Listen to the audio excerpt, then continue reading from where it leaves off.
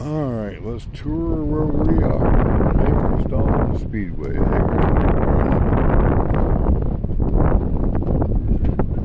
Group arrived here a little while ago. I took a nap.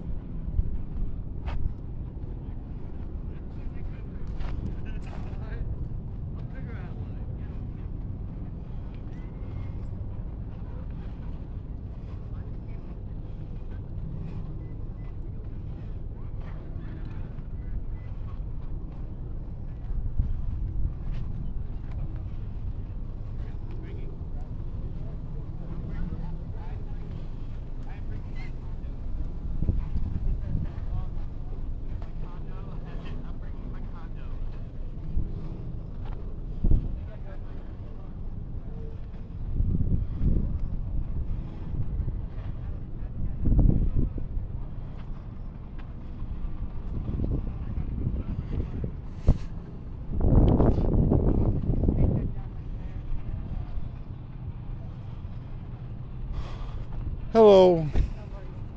Good.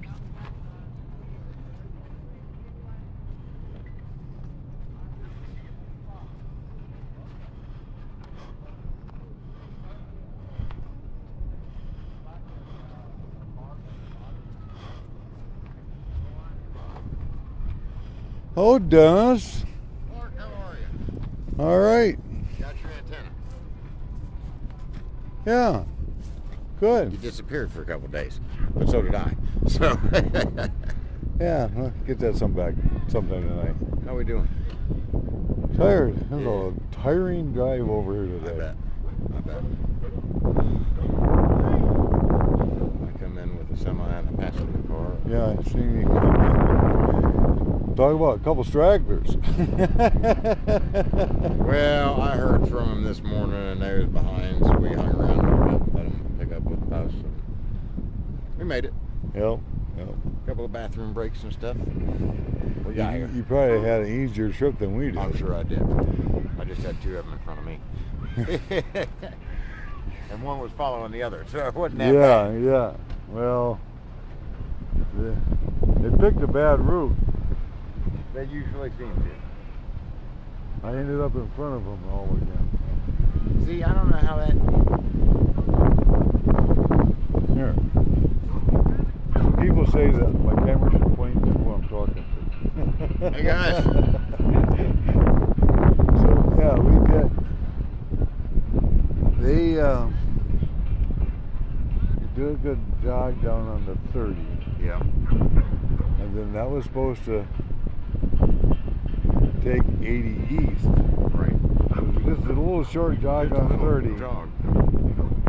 Yeah. So now you ended up...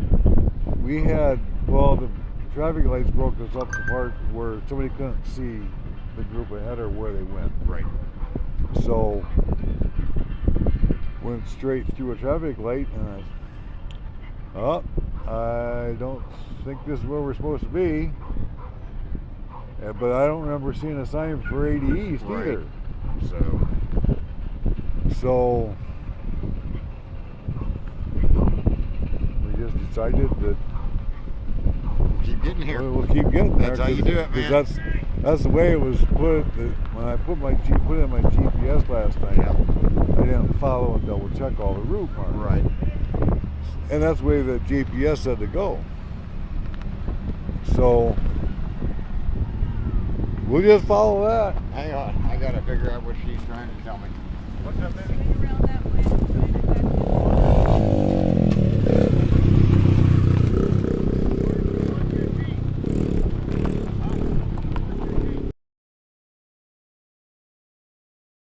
Can I park right here in front of this one tree here?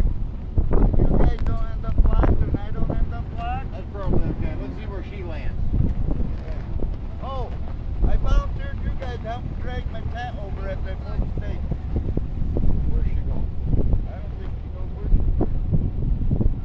She picked a tree to back up to. Well, I get back right next to her, I got. That's not where we talked about it all, though. So let me figure out what's going on.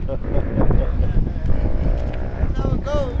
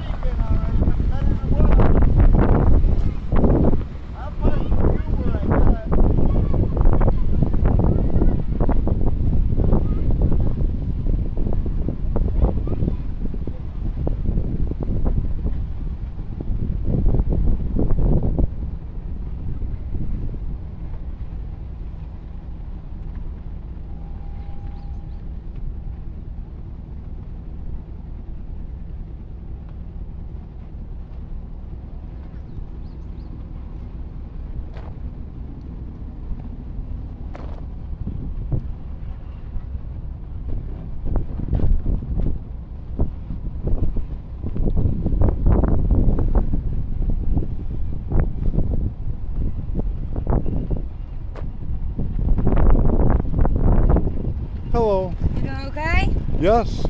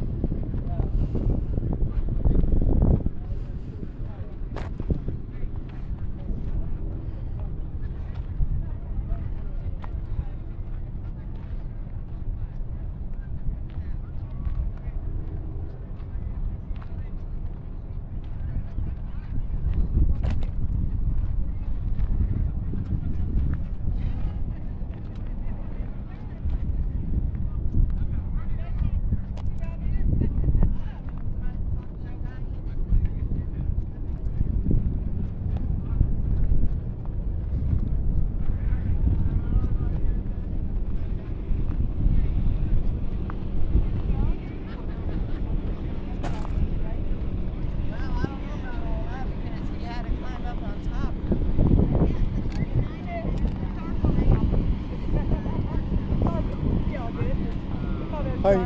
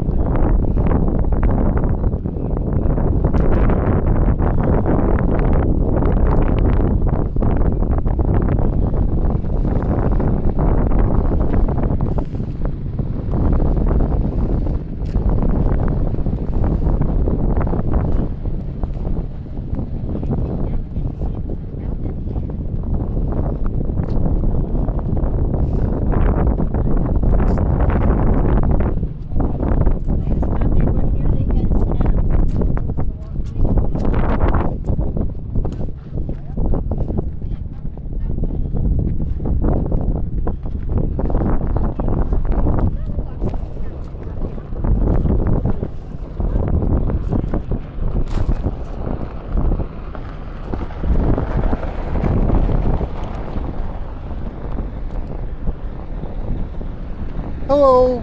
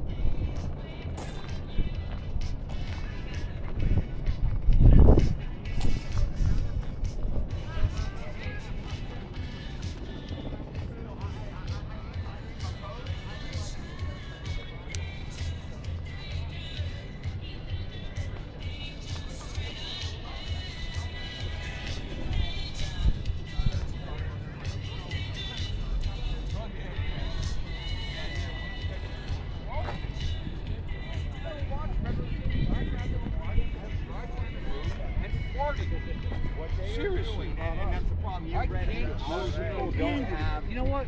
I used to watch Fox. If they did, they You would know, know look, it's my father's extremely from wrong. Buncombe, South Village. My father's people come from the America. My father was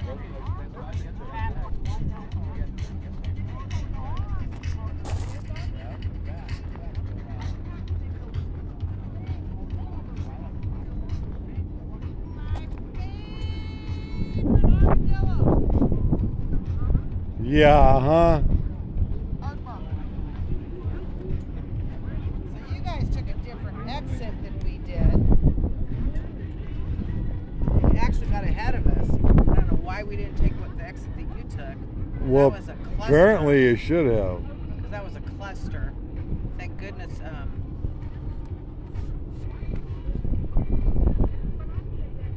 Yeah, huh? Oh, he's calling himself the traffic controller. Oh, I don't know. He wears the trench coat. Drives the truck. What's his name?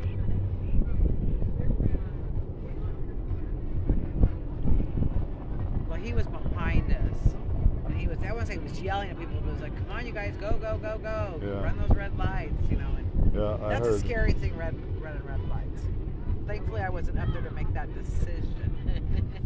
All my lights were green when I came through. Well, I was kind of following the group in front of me.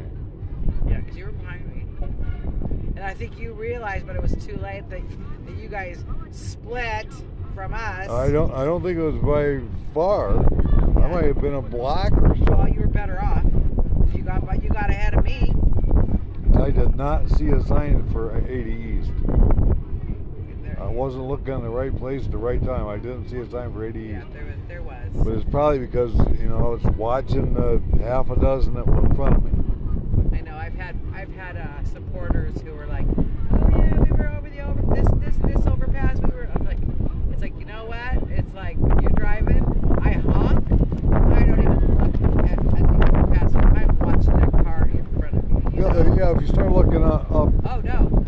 In an instant, you could be like somebody slamming the brakes on somebody ahead of me, like left black marks on the pavement in front of me. It's like, yeah. No, I want to go home with. It might be a dirty car, but at least I don't want it all pinned up. Don't want it to look like it's been through a demo derby. It doesn't. I don't want to make it look like it was in a convoy. So, are you sleeping in your pickup? Yep. Dude, my ankles are so freaking swollen up, and I think it's because I've been sleeping in the car. So I can't wait to get horizontal tonight. Yeah. Don't get all swollen up like me, Artwork. Lay the driver's seat back and I do too, and it lays back pretty good, but I swear my ankles, they're ugly. I was like, oh my god, when I was putting my shoes on this morning. Meeting in 10 minutes, right? 6 o'clock. yeah. Yep. 6 minutes. Somebody told me the stage was up there. Yep. I gotta go finish my walk around. It's like 6 minutes, baby. You better hurry up. Yeah, because I don't miss the meeting. What? I don't miss the meeting. Yeah, I don't want to, yeah.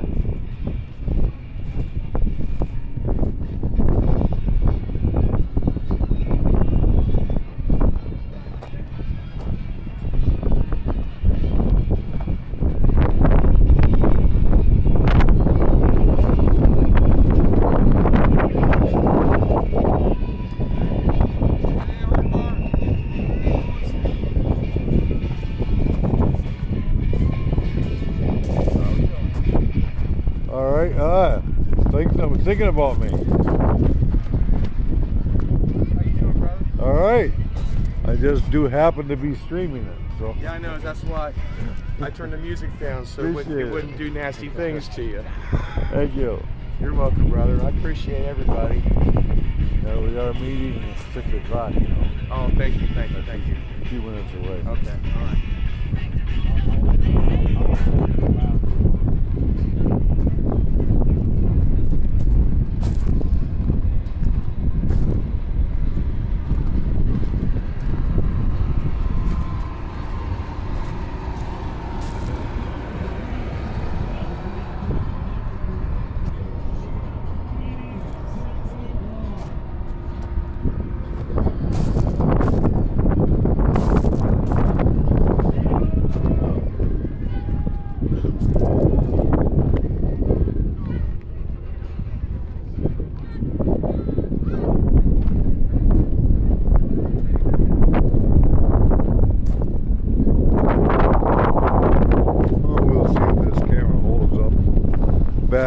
up long enough to do the meeting. What the heck? Why not?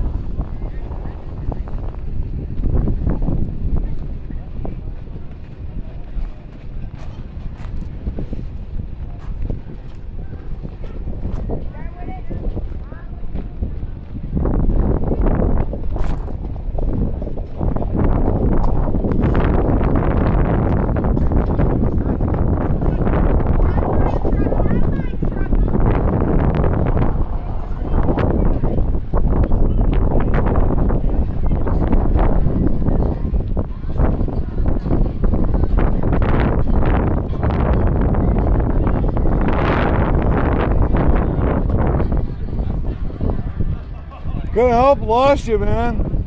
Oh yeah, whatever. I went across country like Route 26 and then something else. I was here, talked to a bunch of people, went over to the AT&T, talked to a bunch of people, came back here.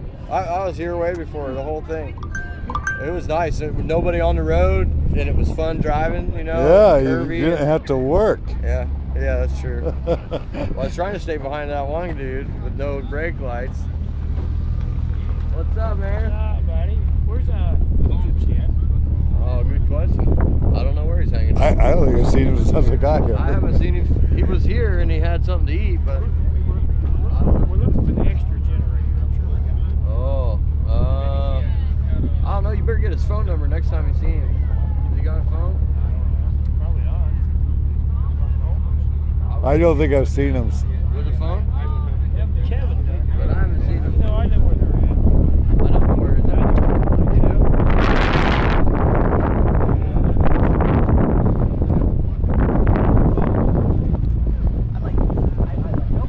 How you doing, sir? All right. Oh, good. There was Wendy, and there was,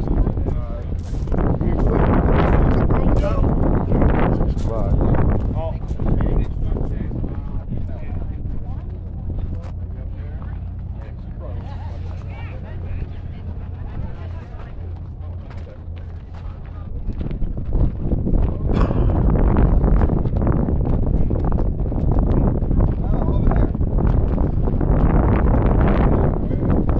Yeah, same place it was before.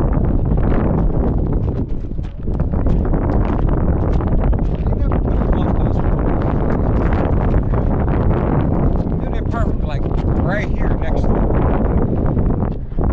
You're right dead in the middle of the whole thing.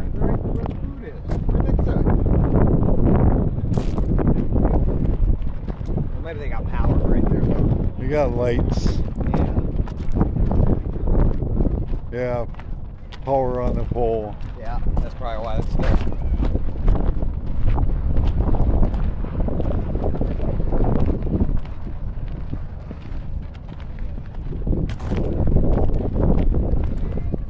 Looks like a migration going on.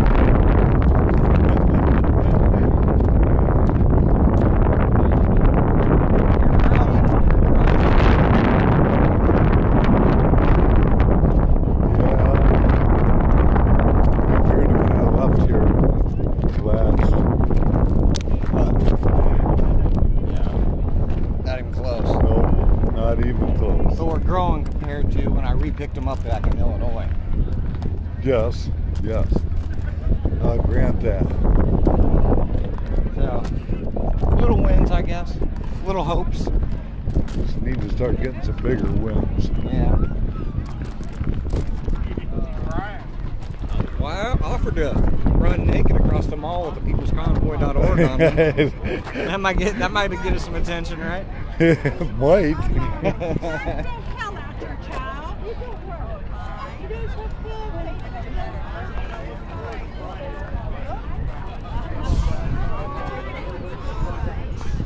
Good evening, guys. Welcome to the Hagerstown Speedway, the People's Convoy. Is he in your district? What? Is he in your If district? everybody would please remove their hats. Know. Take a look at the flag over here. Let's start with the Pledge of Allegiance.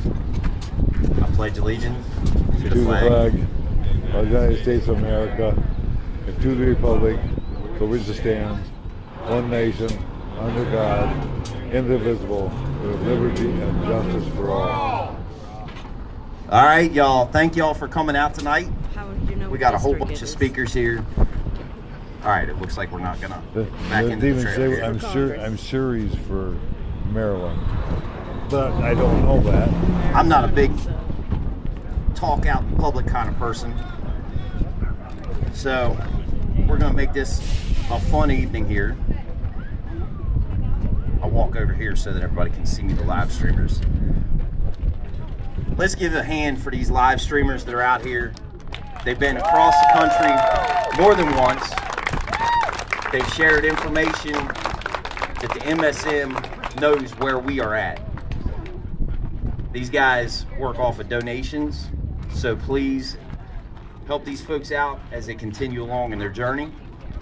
If you guys want to have a sign, at some point tonight we're going to snatch a picture. Stop the Mandates. One of our speakers, Jonathan Jenkins, was gracious enough to bring some up. So I'm going to get our first speaker started here. If he would roll himself down here. This gentleman started with us here in Hagerstown. He has an amazing story that he wants to tell about how these COVID restrictions and stuff have really not been the greatest. Well, I think by now everybody should know me. I'm the guy who fell off the fire truck. But I am here, and by Satan trying every way he can to keep me from here, I'm still here. I went through a tornado. I crashed my car this morning into a deer, and you know what? I'm still here. But that's not what I'm here to even talk about. I'm here to talk about something that happened back in 2020 to me that completely devastated me and my family. In April of 2020, the state of Maryland started releasing people who were pending trial on some pretty serious charges. One of those men being Justin Wilson. In July of 2020, on the 23rd, that same man that they released because he had asthma, right? These freaking mandates. Wound up murdering my father in his own home, my childhood home. That my whole life since then has completely flipped. I worked for my dad. He was my sole source of life. My mom is here. Where? Over there somewhere, right there. She's been very supportive through it all. And you know, at the same time, I think about all these other people who got released and what other crimes that were committed, and like, they all stem back to these mandates. Why were they released? There's all these documentations that were signed for the states never stated that prisoners, people who were waiting trial, were allowed to be released on any document for the state of Maryland, at least. All right, but yet here I stand to tell you that the state attorney went underneath of the Maryland state governor, signed that document to release Justin Wilson just so he can go reoffend. And you know, that's a side of this whole mandate aspect that nobody sees. All right, everybody's worrying about these masks, but what about the criminals? If this stuff happens again, it will be the same thing. These criminals will be released again. It's time to put a stop to this. And I mean it, under God. Because God is our judge. Not these judges in the Supreme Court, not these judges in the court, in the state courts. God is our judge. And under God, I will die for the freedoms that we stand for today. And with that, I mean, God bless everybody. I'm here. I made it back. And I am very proud of the welcome that Maryland has brought out here today. Amen.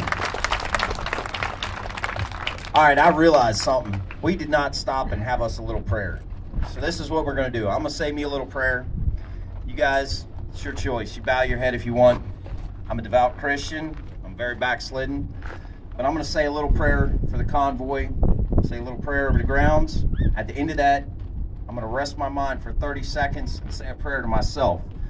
I hope that you guys out here in the crowd, I hope you guys will take that time to pray about what is about ready to happen. We know where we're going from here. They know where we're going from here.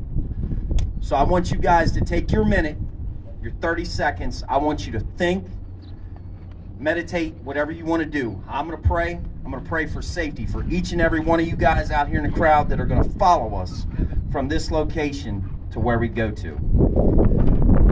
Dear Heavenly Father, I thank you for the opportunity to join with the People's Convoy here at Hagerstown Speedway.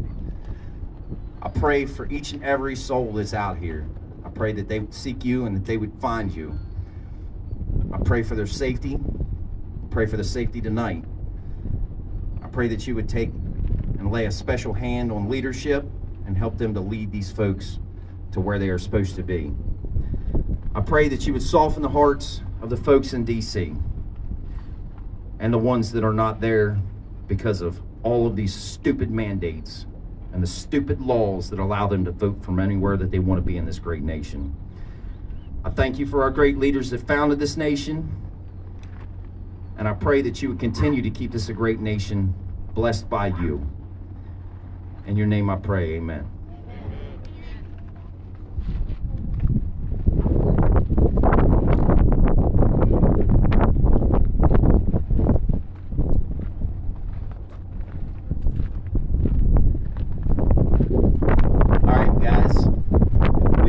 Speaker that you guys are very, very familiar with. I'm trying to find him in the crowd.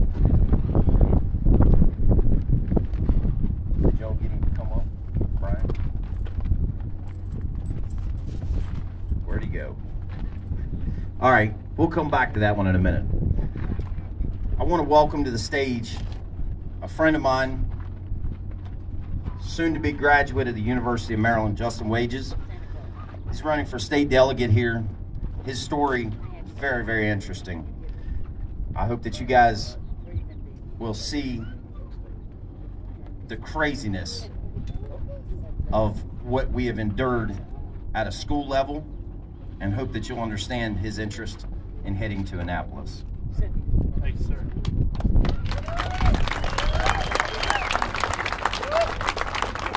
Thank you, guys. It's great to be back here in Hagerstown.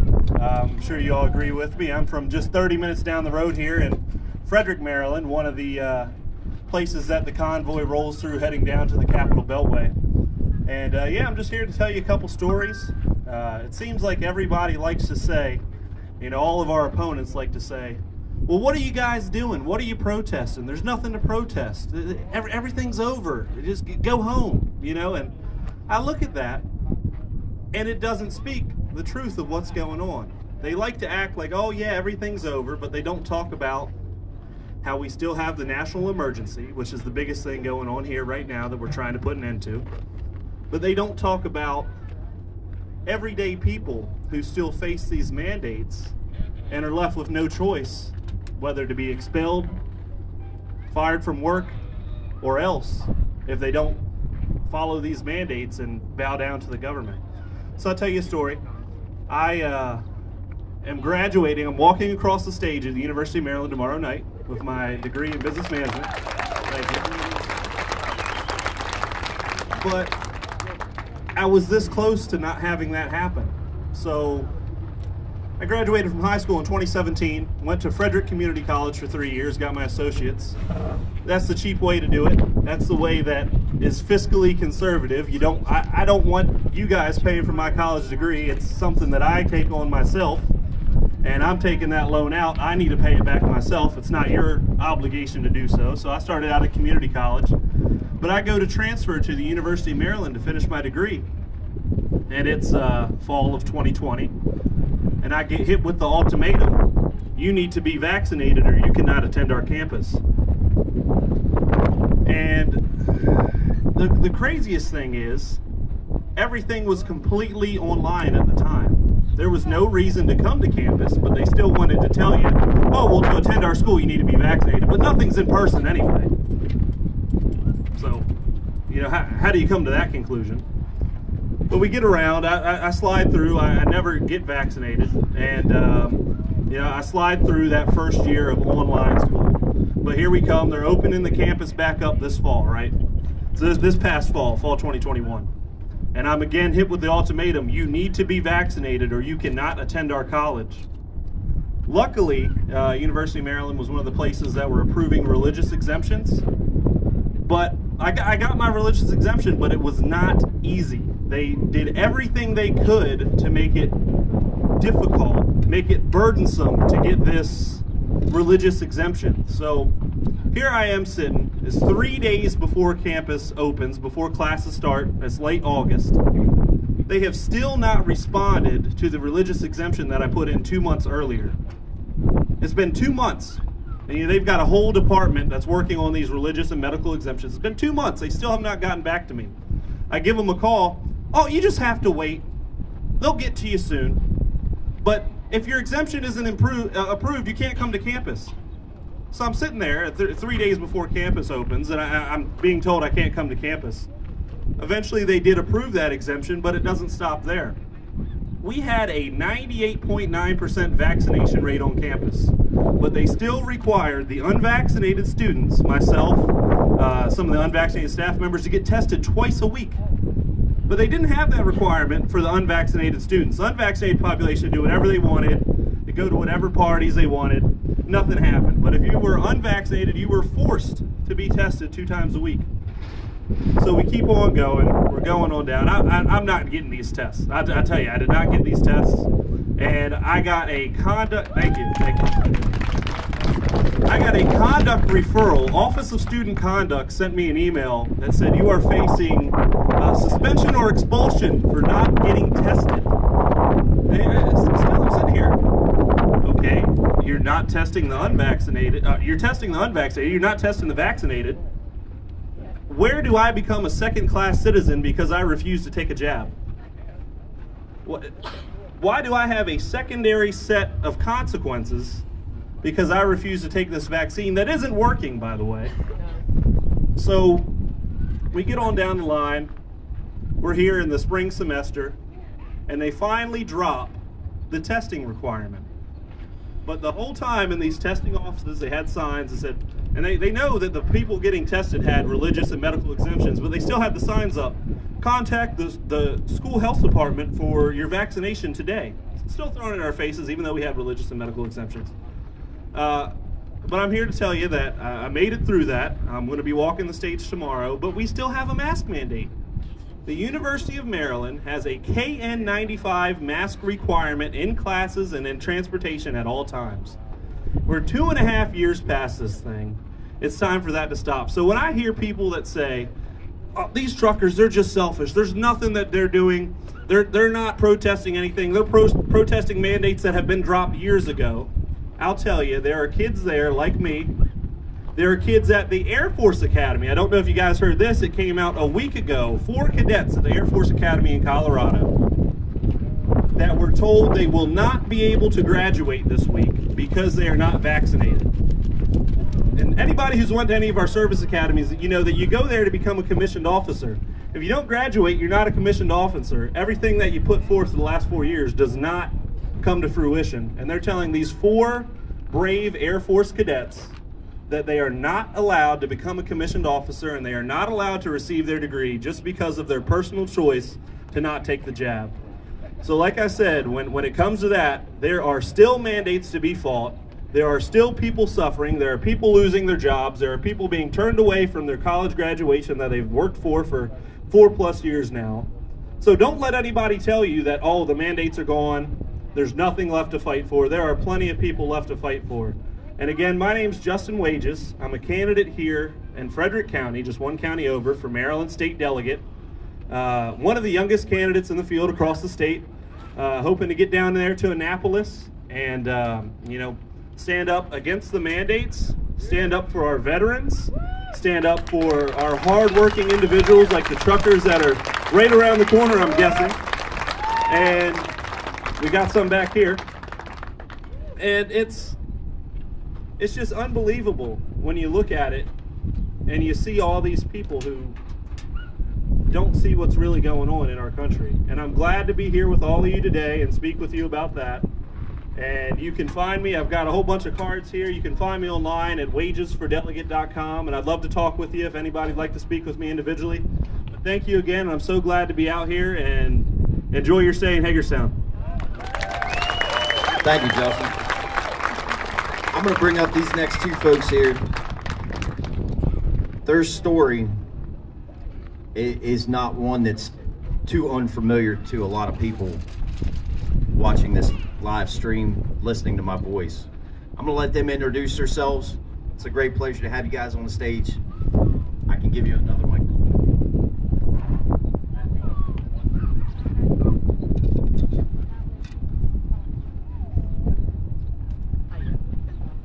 Thank you so much for allowing us and giving us the honor to be able to share this.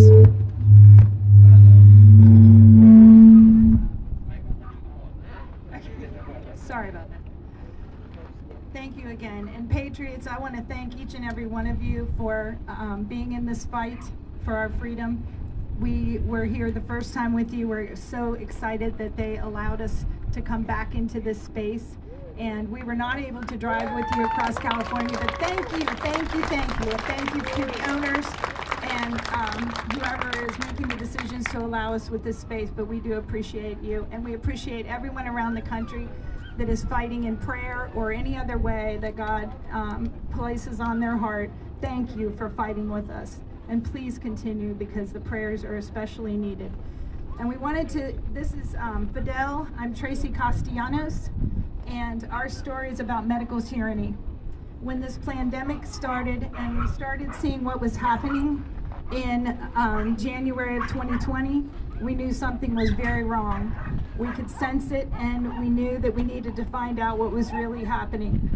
When the lockdowns occurred in March of 2020, my father had just been placed in a home, a retirement home, and within 1 month he was dead. It was not called the plague, but, and I'm using my words very carefully, but I do believe that it would not have happened if there had not been a lockdown. It was very unfortunate. Many elderly people died in April of 2020 across the world, and especially in the UK. So when that happened, we wanted some answers on what was really happening, so we started looking. And God led us to the right people, the right channels, the right patriots, and we found out what was going on.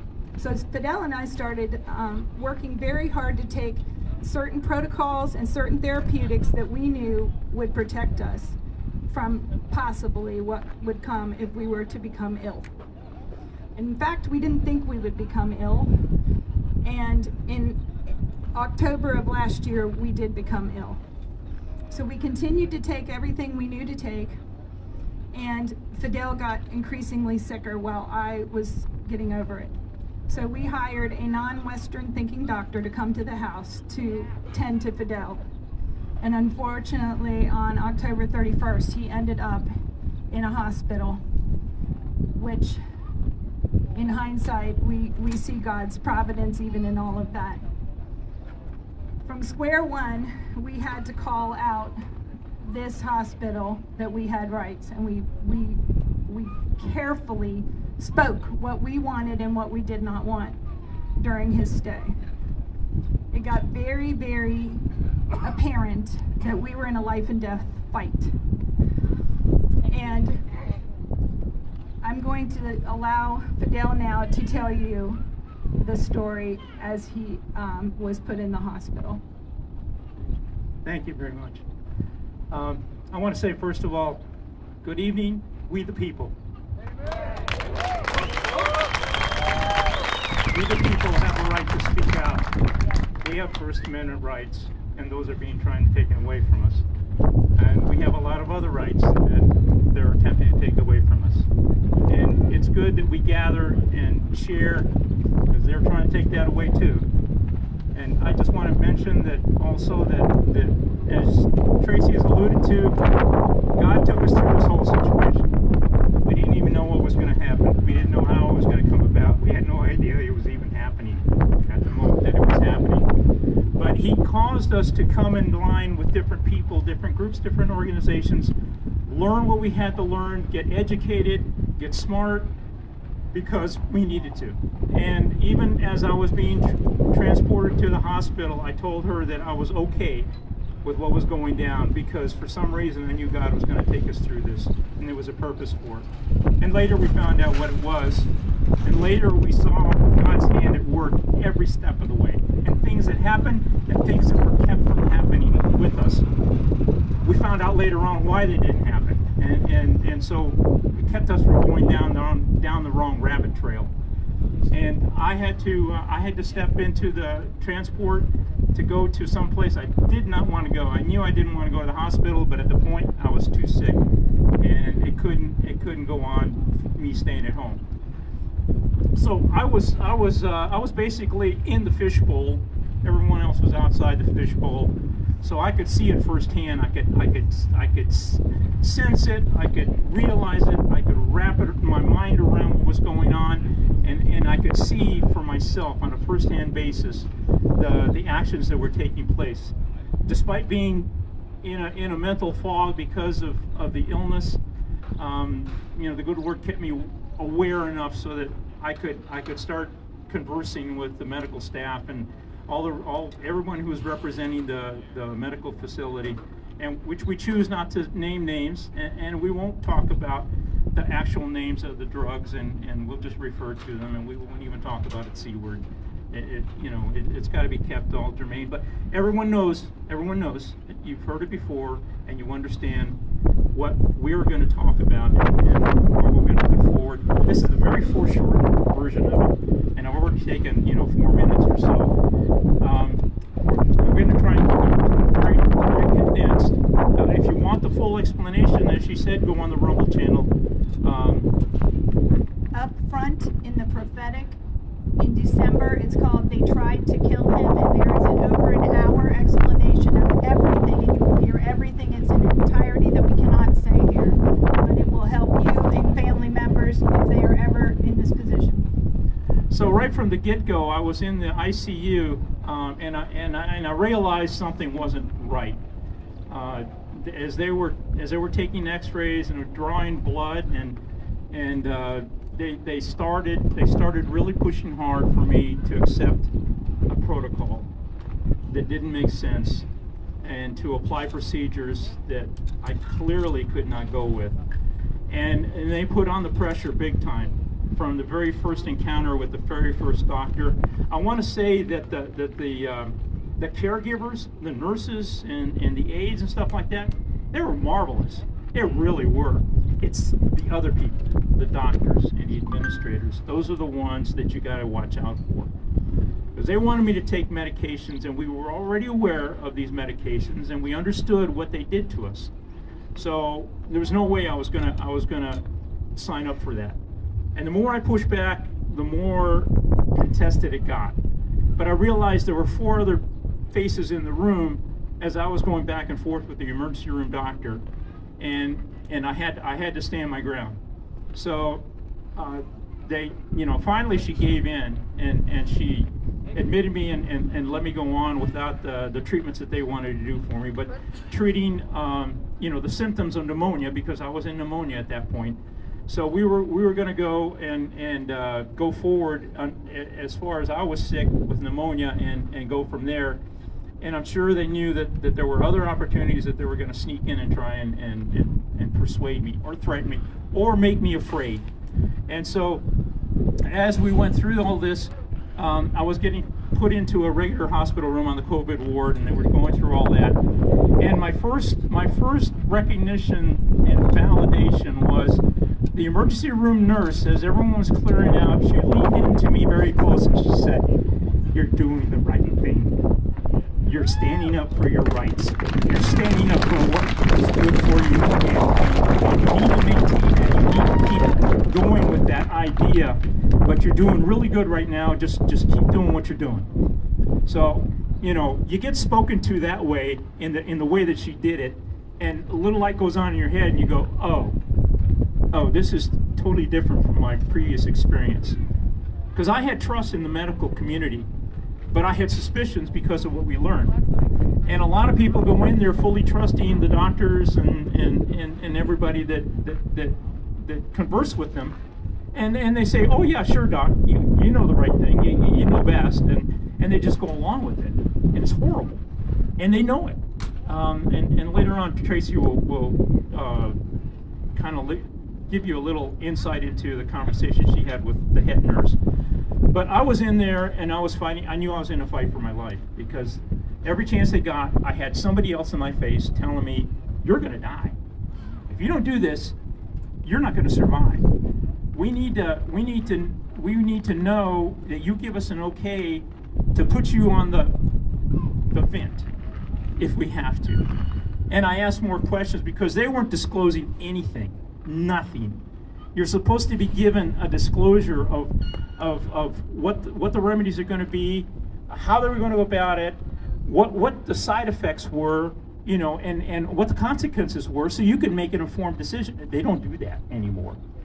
So you're left on your own devices to make a decision based upon nothing more than what they say, nothing more than what they tell you, and it's like pretty soon it became like listening to the mainstream media. Whatever they said, it was completely opposite. That's the way it was coming down, and that's the way I understood it very quickly. I also understood very quickly that every single technician, physician, doctor, anybody who was coming in, they had their own spiel. And when you know a sales pitch, it comes across regardless of who the person saying it is. And that's what it was. It was a sales pitch to get me to sign up with them. The protocol to go on the ventilator, I hope I didn't say that wrong, but it was basically a two-step process. I wanted to know, well, what's the decision tree that you go through to make that decision and have me go down that path? And they said, well, if we think you're getting worse, you're going to the ventilator. And that was it. That was, and I realized just what a serious consequence that was.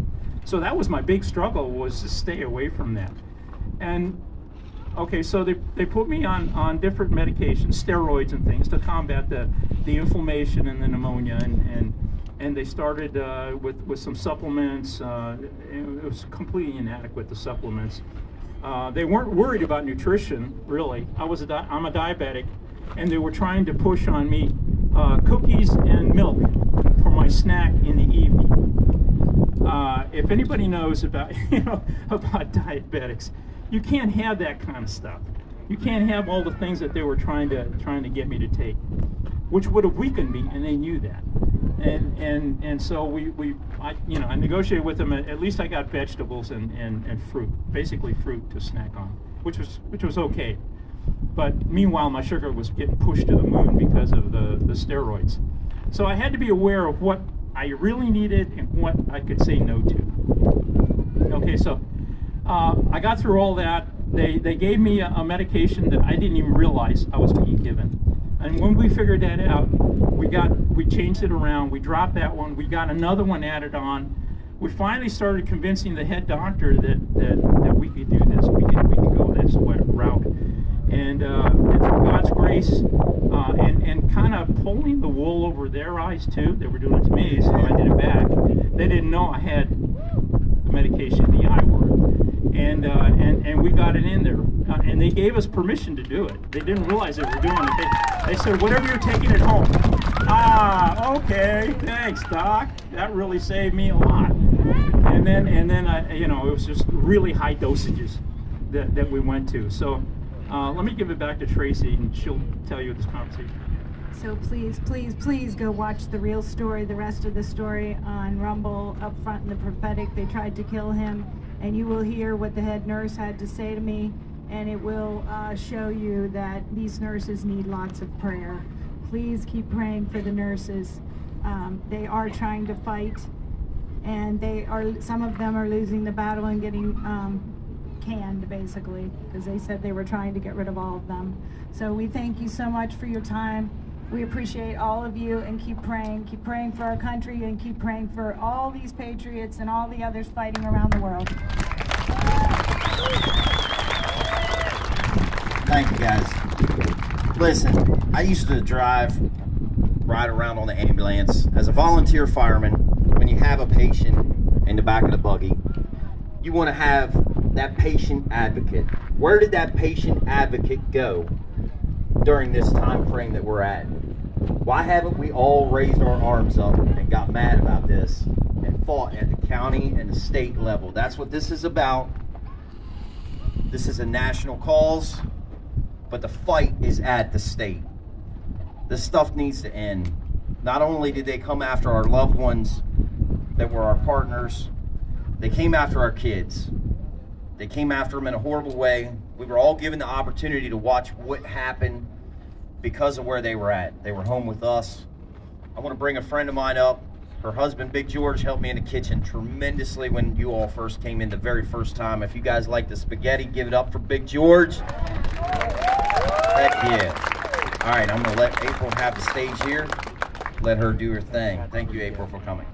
Oh, thank you for having me. Hi, everybody. My name is April Montgomery. I'm also from Frederick County. I am running for Board of Education. Thank you, thank you. I have 3 children of my own, and I'll be honest with you, standing up the way that the truckers are, the way that everybody else here is doing, the way that anybody at home is doing just by watching, by tuning in, by donating to the convoy. The things that these people are doing is giving hope. They're giving hope and they're spreading knowledge. There's 2 reasons we do that. We give hope because we can, and we give hope for those that can't. And one of the largest groups of people that cannot stand up for themselves are our children. The curriculum that's being added into our schools right now across Maryland that's coming down from the state is purely to take our kids, turn them into activists, and turn them against their families. Yes. I sat and watched my 7th grader, my 12-year-old daughter, cringing at her computer during quarantine. I didn't know what she was listening to. She had her headphones on during virtual learning. And I said, "Hey, are you okay?" She was like, "Yeah, I'm okay." I was like, "Take your headphones off." And what I heard coming out of that speaker in 2021, I could not believe the content and the mature language and the inappropriate topics that they were teaching my 12-year-old daughter. From that moment on, I knew I had to do something. I'm a previous educator. I worked with special needs children, and I had a kindergarten enrichment class. I loved my littles. So I talked to my husband, and he said, "You know, my husband is a big old patriot." I say that in 6 and 7. But he's also God. Oh, God of America, or God. And he found God during quarantine. So if there's anything to thank for this mess, it's that my husband was brought to Jesus, and we are very grateful for that. But he looked at me and he said, "You know what? It's school board. This is all you, baby." I am not a public speaker. I am not a brave soul. I like being in the classroom with my 5-year-olds or with my own children at home. But I knew I had to stand up and do something just like the rest of you are doing. Please continue to stand up for those that can't do it for themselves, for the veterans, for our elderly community, for our injured people, for people that are sick, for people that have lost their lives, their loved ones are alone now. They need our help.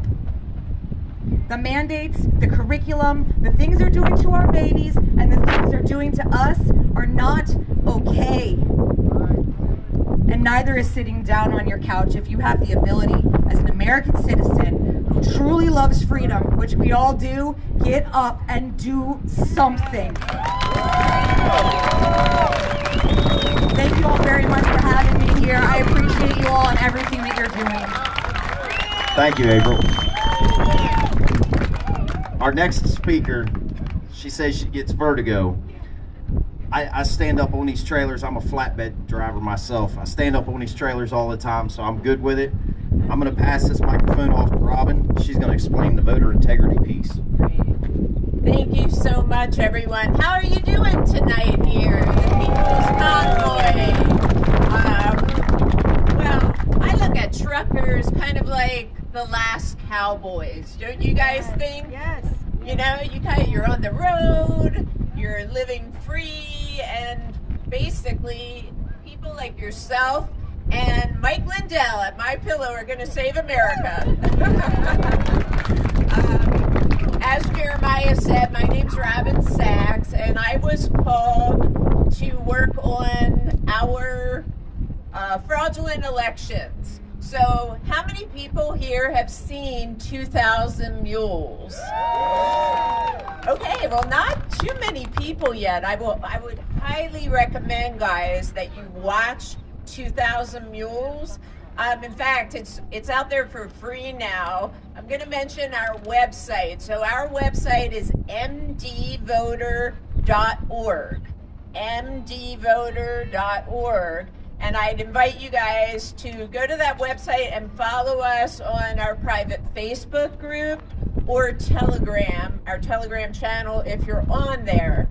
So how many people felt that the 2020 election was a free and fair and transparent election? No. Okay. Wow, I don't even think we have one hand that went up. Well, I agree with you guys. When we saw them stop counting in 6 key swing states all at one time and blame it on a water main break, I said to my husband, who's my videographer there, I said to Jim, they're about to steal this election because this is what goes on in third world countries. So when we woke up the next morning and it's like the counting never stopped, right guys? It's like, oh, they're just gonna keep getting ballots until they can push Sleepy Joe over that line, right? And that's kind of exactly what happened. So I said to Jim, I had been a volunteer for a group called Election Integrity Maryland, and I said, you know, we have to look at this. We need to see what happened in Maryland. So how many people? Okay, so some people have heard of Seth. And he was looking at trends and kind of looking for, if you want to call it anomalies, does this make sense or not? So I reached out to Seth about Maryland. And he's like, well, that's great, because I already had a sheet started on Maryland. So to make a long story short, because I know I only have like 5 minutes, we found in Maryland that Anne Arundel County, Carroll County, Frederick County, Harford County, and Queen Anne's County had 35% Democrat vote spikes during 2020 when the norm is 1 to 2%. So I own a small business. I own a PR firm. So imagine you go to your accountant and he says, wow, Robin, you usually get a 1 to 2% profit margin. Now all of a sudden you have a 35% profit margin. What changed? Okay, that's how dramatic this change in these 5 counties was. That we went back 20 years. A normal presidential election cycle, whether Democrat or Republican, is 1 to 2%. Now all of a sudden we have these 35% Democrat vote spikes. So I was like, okay, something's very wrong here. We put out a press release.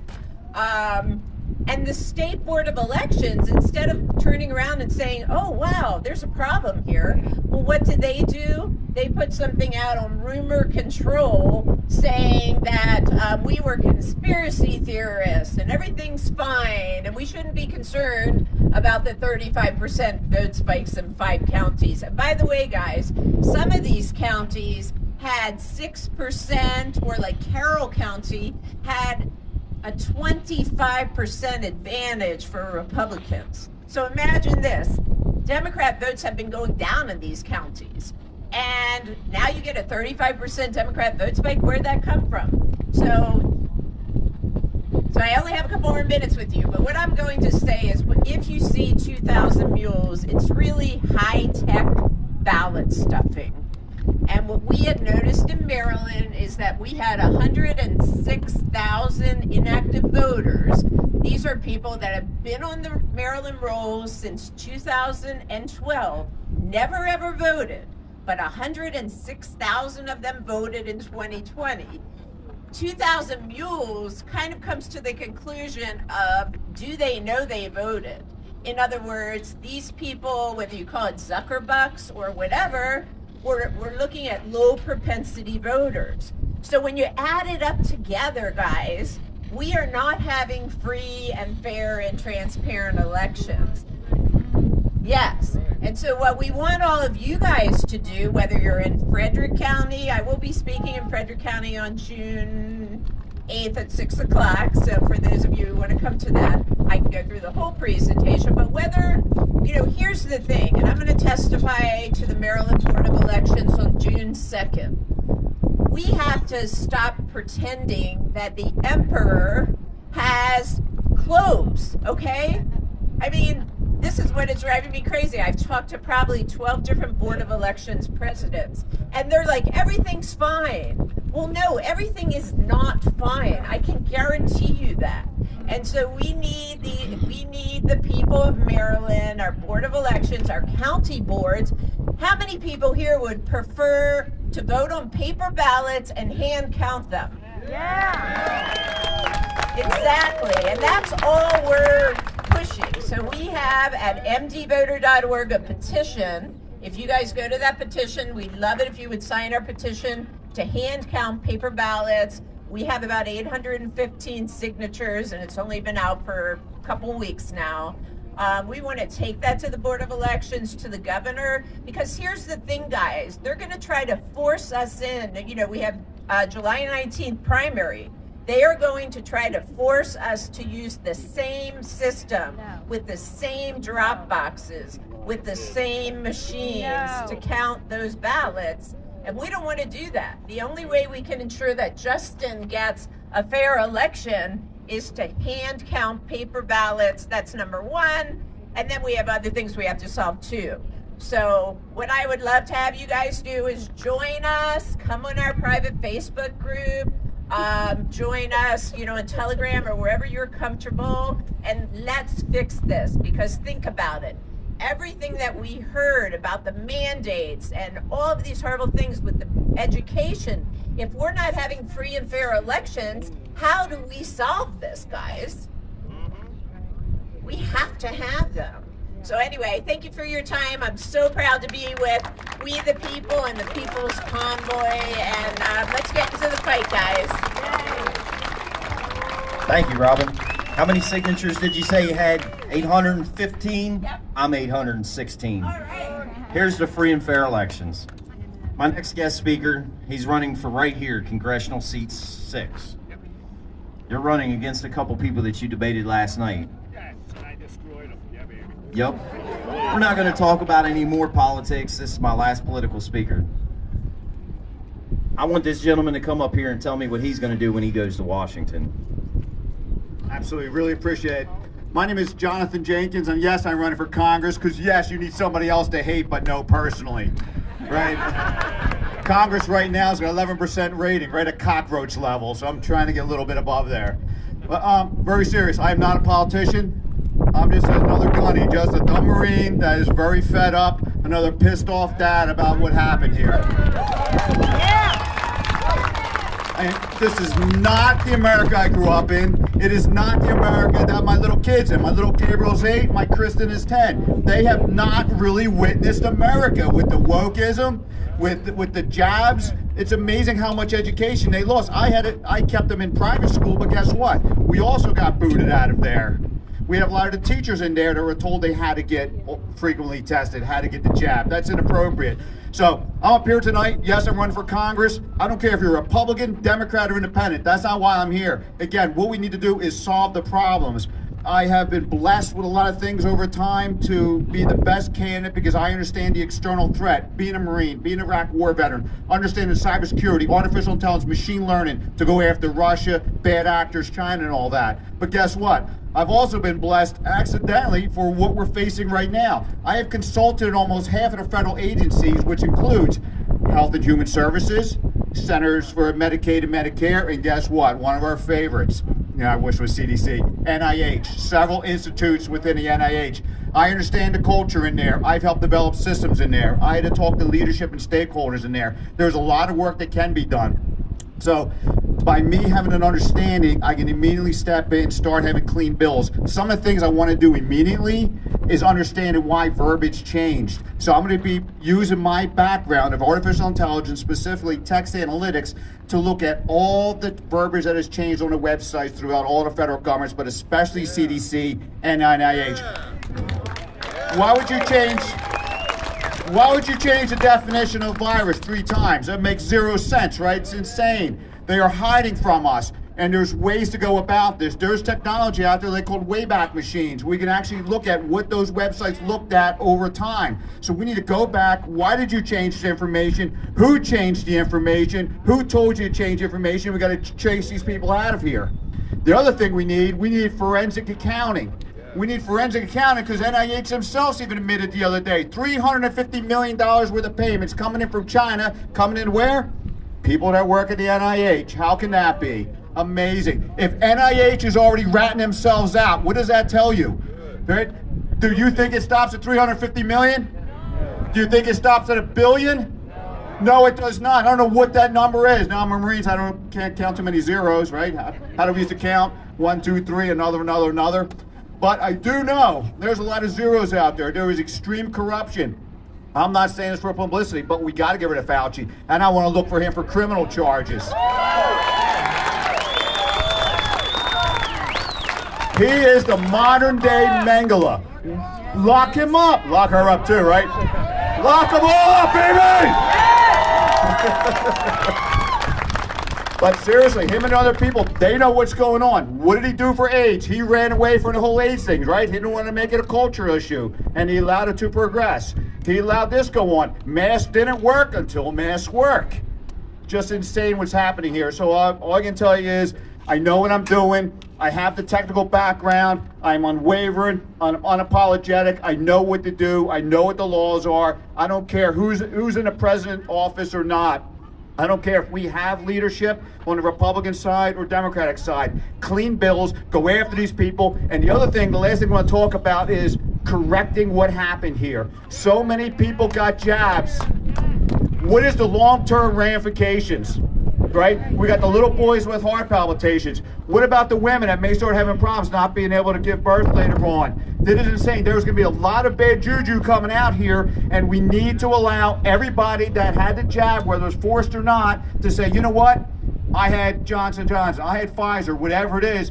Get on a list. Let's get the data. Can we track you? It's up to you, okay? But I think people should allow themselves to be tracked. And if you start having issues later on, these companies that literally made, it's going to be trillions of dollars, right? $17.5 trillion. $17.5 trillion for all this medical stuff in less than 3 years. Iraq and Afghanistan, 6.5 in 20 years. So look at all the money these people are making here. That money needs to be making you whole again. It probably can't completely, but we got to do something about it.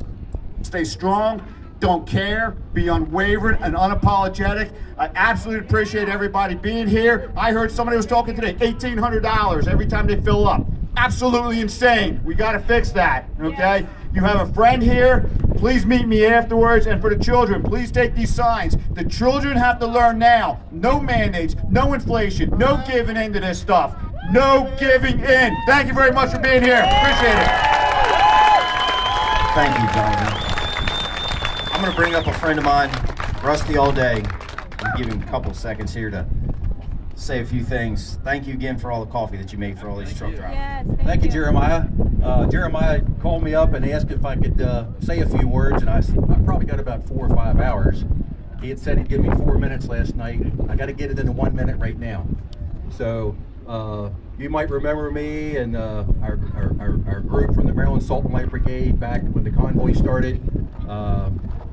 We got 2 days notice. We got prepped up for supplies for 1,500 cups. We thought that would be sufficient.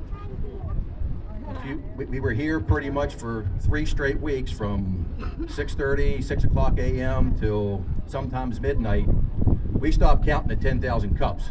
So all that coffee was donated. We put the word out to the community. The community really supported us. 70, 80 some containers, 70 or 80 containers of Folgers coffee, thousands of cups. It kept pouring in. I was thinking, this is way too much coffee. I think we had 3 or 4 left when we got done. So we had just enough, and I can't mention all the names, but you guys might recognize this. This was from the front of our stand. I brought it along. Got a little bit of wear and tear on it, but you got dust, dirt, coffee, snot, and everything on there from about 3 straight weeks. And we're not a coffee organization. That's not what we do. We're a boots on the ground organization to wake up our country, wake up the local politicians, wake up, get into the spiritual battle. We've got a monthly meeting just about every month. If you'd like to get in the game, I'll be milling around here. I can give you a little flyer of when our meetings are and give you some more details. But we're all over the place. You know, we've been in New Orleans, New York, Aberdeen, Maryland, Louisiana. We're a pretty small organization, but we're out there fighting for our rights and fighting for the man upstairs, Jesus Christ. Thank you, Rusty. This next gentleman goes without an introduction from me.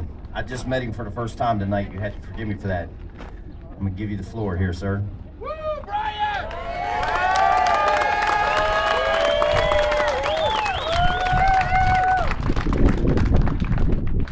I didn't know I was gonna come up here and say anything. So I didn't put my pretty headband on, so a lot of you might not recognize me. I didn't brush my hair. I'll say something. I'm definitely not a political speaker or professional speaker, but something that happens to me just about every meeting or thing like this is I ended up sitting in an area where other people are talking constantly, so I don't get to hear the speaker quite often, and that happened tonight. I sat down over there, and some other men sat and talked right in front of me the whole time I was trying to listen. Can't hear you. Like the mic. I don't remember that very much good either. The mic. Is that better? Yeah. I said the other night I was a full-fledged alcoholic at 14. At 25, I finally was able to get help and quit drinking. And so I haven't drank for over 50 years now. Sometimes I think the alcoholism, because drugs didn't interest me. I was so hooked on the alcohol. I tried marijuana and preferred the alcohol. But anyway, I had a pretty healthy life.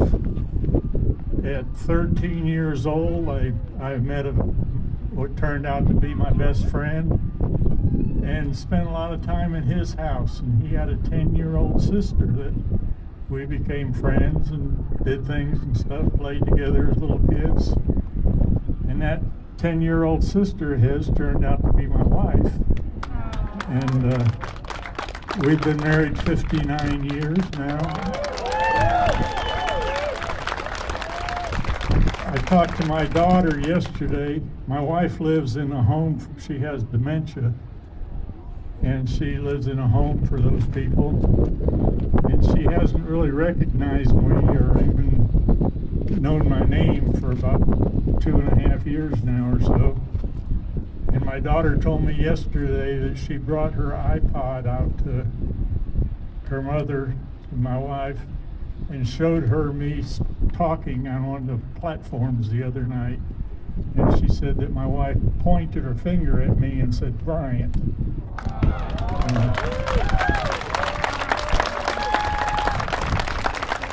That's had me thinking today about maybe going home, but I need to check with her because I also know that that doesn't mean it's going to be the same 5 minutes later. But I am considering going home. And so I'd like to tell everybody who has told me or remarked about my testimony and encouraging them, thank you very much in case I do go home and don't speak anymore. I love each and every one of you. I had last year at 78 years old, I was still working full time and loved doing it. I think it was about March or April, my truck broke down. I had to put it in the shop. They told me it'd be about 5 weeks before they could get the parts in. during that time, I went home. For a couple of years before that, I knew that I was slowing down, but I just felt like that's what happens to old people, and it still worked. But the 5 weeks that I was waiting for my truck, I kept getting worse and worse. And finally one day I had, one night I fell down in the bathroom, and I laid on the floor for 10 hours before I was able to get up. And then that day I felt twice more. My wife, or not my wife, my daughter came over that night. When I told her, she called 911. And they brought me to the hospital, and I was there 12 days doing all kinds of testing. And they said they found there was 3 things wrong with my heart, and they would have to do 3 surgeries. They convinced me and my daughter, our whole family has always been against the vaccine, like most of you people.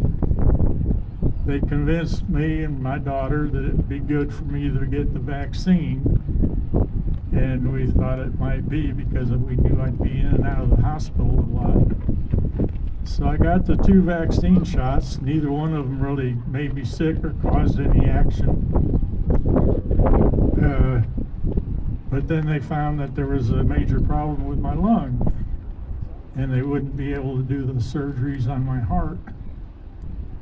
And they ended up sending me home quite a bit worse than what I went in. I wasn't satisfied with the medical community and what they had been trying to do. I went on to hospice, and they ended up having to do just about everything for me. They'd come over to my house and bathe me and take care of me and my 2 children. Both of them are old folks now, so they've been fantastic watching for me. And during this time, I got to a point where I wanted to die. And that was pretty much all I could think of most of the time, was just wanting to die. Every night when I'd fall asleep, I'd say, God, I don't want to wake up in the morning. I want to be dead tomorrow. When people want to pray for me or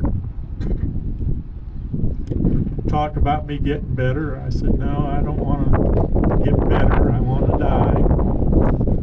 And I would tell people that there's only one thing, one reason that I would want to live, and that was if I could go out into my driveway and get up into my truck and drive around the country. And here I am. That happened.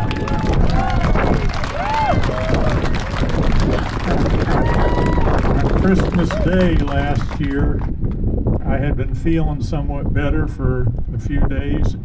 My daughter asked me if I'd like to ride up to Branson, Missouri, and see a show that I used to pretty much enjoy.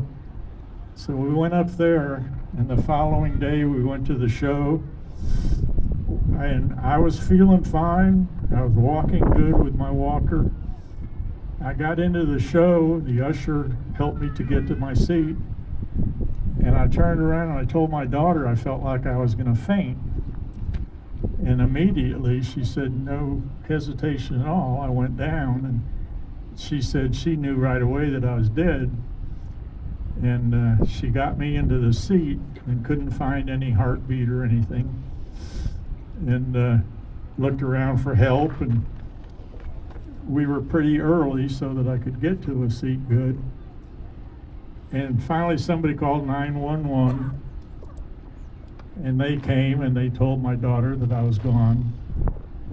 And they brought me outside on a stretcher and decided to try this heart thing they do. They did it, I don't know how many times, but what they would normally do to a person, and it didn't work. And as they were starting to remove the equipment from me, one of them said, I think we should do it one more time. And that time brought me back to life. They brought me to the hospital. And I guess it was a couple hours later, my heart quit again. I died again. And the same thing happened. They gave up on reviving me and then decided to try it one more time, and it worked. When I came out of it and the doctor came to talk to me, I let him know with no uncertain terms that I was pretty mad. I had been wanting to die, and I did die, and they brought me back. And he told me that we had two options, and it would be my choice, that he could check me back into the hospital, and I'd have to go through all that heart exam stuff again, or he could release me to go home. And in either case, he was sure I'd be dead within 3 days. And so I went home and kind of looking forward to the 3 days going by and me dying. And my son hooked up my TV to watch YouTube, which I didn't know how to do or anything. And I ended up watching People's Convoy on YouTube, and that was the only thing I watched 24/7 from then on. And I gradually started feeling better and improving. And eventually one day, the supervisor that was seeing me in hospice came over to the house and said, "Brian, if you're not going to die, we're going to have to release you." And she said, "You've got my phone number. If you change your mind and want to try again, give me a call." And that was on good terms. We were friends and got along great.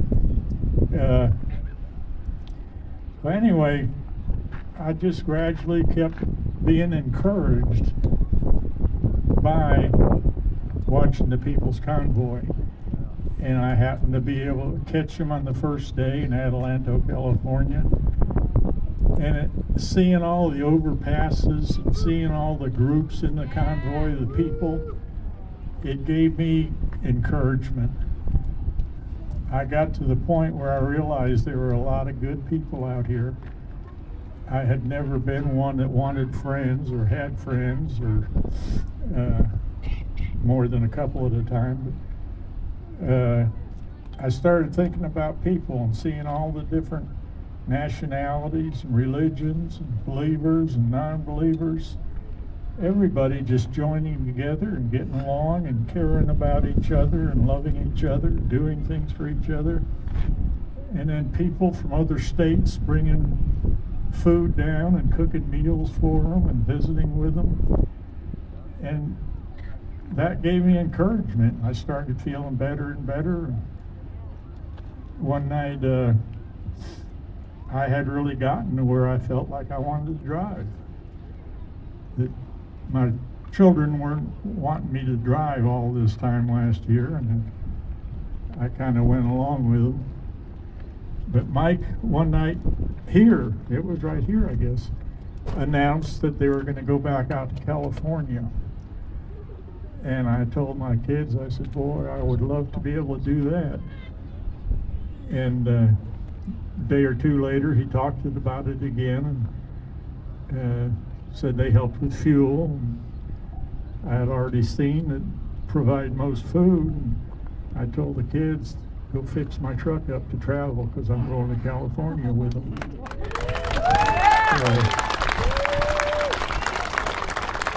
What I told them was that I wanted to go to California, to LA and Sacramento, and then travel back to Washington with them. And that's where my thoughts kind of ended. I had no future plans. I hoped that it would continue going on and I could continue being a part of it. So the last few days I've really been wondering what I should do. I'm hoping that maybe tonight we'll get some information about the future or what the plans are in Washington. But I feel as though I've made my commitment by being here, my commitment to myself. And so right now I'm really a little bit uncertain. I would like to stay and continue on I hope that they continue to travel, maybe to the different states and help with rallies and programs and stuff, but that'll be seen. For my wife, I'd love to go see her, but at the same time, I feel like anything that happens with her is a 1 or 2 minute deal. She may have recognized me a couple days ago, but by now wouldn't know who I was. So there's really not a lot of sense in going back if I can stay here. My whole life has changed from someone who didn't care about people to someone now who loves people. I thought that going from home to Texas to join the convoy was probably the one more thing that God had for me to do, and be another truck and another driver, and I just thought that would be it, because I wasn't used to talking or dealing with people and everything.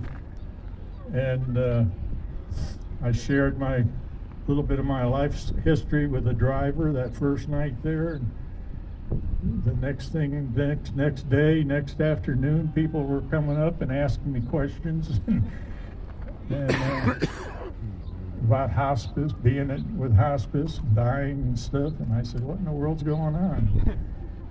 They said that you've been made the main subject on the CB just about all day. And now just about all of the streamers that travel with us tell me about every day that their people are asking how I am and where I am and what I'm doing. And every time we stop somewhere and I get out of the truck, there's people coming to visit with me and share and tell me how it's influenced them. And I finally came to the position that, yes, God is using me, and it's something bigger than I could have done by myself. That together, God and I have a story to share. And I pray and I hope that I can continue on doing that. But that, like I say, remains to be seen right now. And I thank you very much for your time. Thank you. I gotta tell you, Brian, I saw you out there in California. One of my minutes is, one of my memories is watching you guys drive out there in California. I'm glad to have you back in Maryland, sir. Look forward to seeing you down on the streets of D.C. My next speaker, it's not mine, it's you all's. It's the People's Convoy. He goes without anything that I could ever say that you guys don't already know. Trucker G.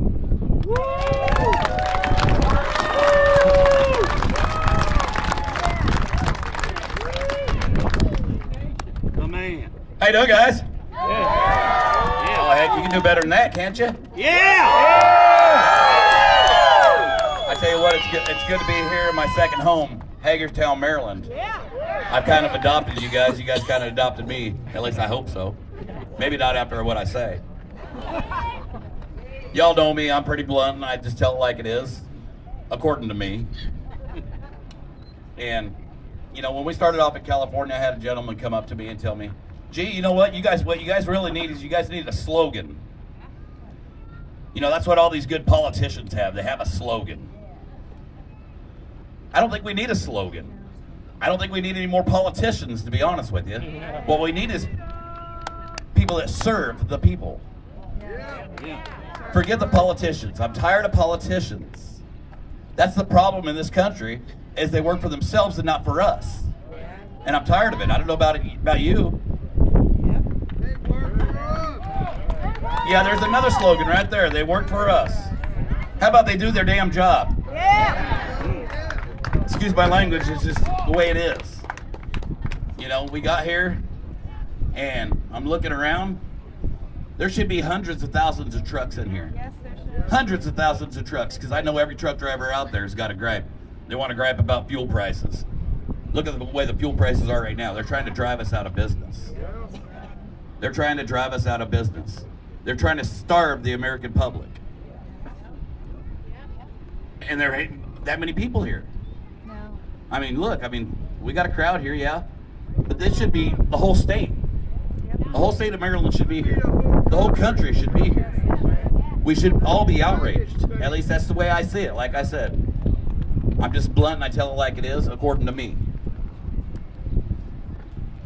You know, when we were here last time, we had quite a few trucks. Not enough, but quite a few trucks. The trucks went around the circle, and, you know, and when we left here, I don't know if you all see the news article, but old Joe Biden had 2 trucks sitting at the White House, but he wouldn't let us come into Washington, D.C. Wouldn't let the actual truckers come into Washington, D.C. Do you know what 2 trucks he had there? It was the ATA's trucks. And I don't know if all you guys know who the ATA is. It's American Trucking Association. They do not represent the truck drivers. They represent the mega fleets. The mega fleets, the corporations. They're lobbyists. That's what they are. You know, back in 2020, a group of truck drivers went down there, 150 or so truck drivers, spent 21 days right there in Constitution Avenue. Mr. Trump is up there telling his speech, and trucks are blowing their horns, just dying for a word with the man. He sent his flunkies out there and gave them chocolates, gave them hats, placated them. And while he's telling his speech, he said, "Oh, you hear them horns out there? Truckers love me." No, they wanted to talk to you. I'm tired of the left. I'm tired of the right. I'm tired of politicians. It's about time we stood together as Americans, because they're placating us all, and we're just standing there watching it happen. You know, we do have good servants to the people out there that's working in politics. I don't like to call them politicians. I'll bring Mike Muna, for instance. He wrote a bill about autonomous trucks. Yeah, they're fixing to put autonomous trucks out here on the road. They're already on the roads with you guys. I'm sure you've seen some of the articles. And they're not ready to be out here on the roads with you guys. They're not ready to be on the roads with your children. They're dangerous. As long as something can be hacked, it's dangerous. He wrote a bill saying that there has to be a person in that truck as a fail-safe. A human being. Well, they come up with a fail-safe, all right. Their fail-safe was the truck's just going to pull over to the side of the road by itself if a sensor goes out. Well, what if the sensor goes out saying that it needs to pull off to the side of the road? Well, I'm sure they'll be working on that now that they heard that excuse. But they're allowing this stuff to happen. Why? Because it's big money. The FMCSA, the head of the FMCSA at the time, guess where he works? For one of those autonomous trucking companies. You know, I said when I first started this, I wasn't going to talk about trucking issues because this isn't a trucking issue here. This is American people. But without trucks, the American people starve. You know, I heard back in 2020 when all this started that we love our truckers. You guys love your truckers? Yeah, I keep hearing that. Well, do you know how many truckers were ready to turn the keys down, turn the key to the left during the pandemic? Not one of them, because they knew the shelves were bare. They knew there wasn't no toilet paper on the shelves. And people love the truck drivers, but guess what? It was costing them money to haul the loads, to put that toilet paper on the shelves. And that's why they were down on Constitution Avenue. Because they were asking for help, because they were trying to help all you guys. They were tired of being, I'm trying to look for a better word than just, well, tired of being screwed, excuse me, I'm sorry kids. You know, when we need our politicians, we should be able to go to them with a concern, you know. All of us just want to go to work. We just want to be able to feed our families. That's all we want. We want to live a good life. We don't want to have to deal with politics. I don't want to have to deal with politics. I don't want to be here right now. Do you? Like I said, when I come up here, more than likely it wasn't going to be popular. But I don't care about popularity. I'm tired of lip service from politicians. Tired of it. How about you guys? Yeah, I wonder how many the rest of the Americans are tired of it. They're not here. Yeah, you're probably right. I just don't know what to say. I mean, I don't have the words. Like I said, I'm not a speaker. I'm not a great speaker. You know, these guys get up here, and I don't mean that here, but the guys get up on stage or in front of cameras and stuff, and they could come up with that great slogan. And they got people all hyped up, and the crowd's all yelling and screaming. It's a sugar high, is what it is. It gets you all hyped up. I want meat and potatoes is what I want. I want you to say what you mean and mean what you say. I don't want to just hear words, shake my hand and kiss my babies. Do what you say. Represent us. Represent us. That's right. Exactly. Exactly. You know, I don't hear a lot of clapping because I'm sure a lot of you guys are thinking, you know what? Who the heck is this guy? I'm a fed up American is who I am. I'm not an educated man, so I'm not going to pretend like I know exactly everything that goes down there in D.C. But what I do know is when I'm being hustled, and we're all being hustled. We have been for decades.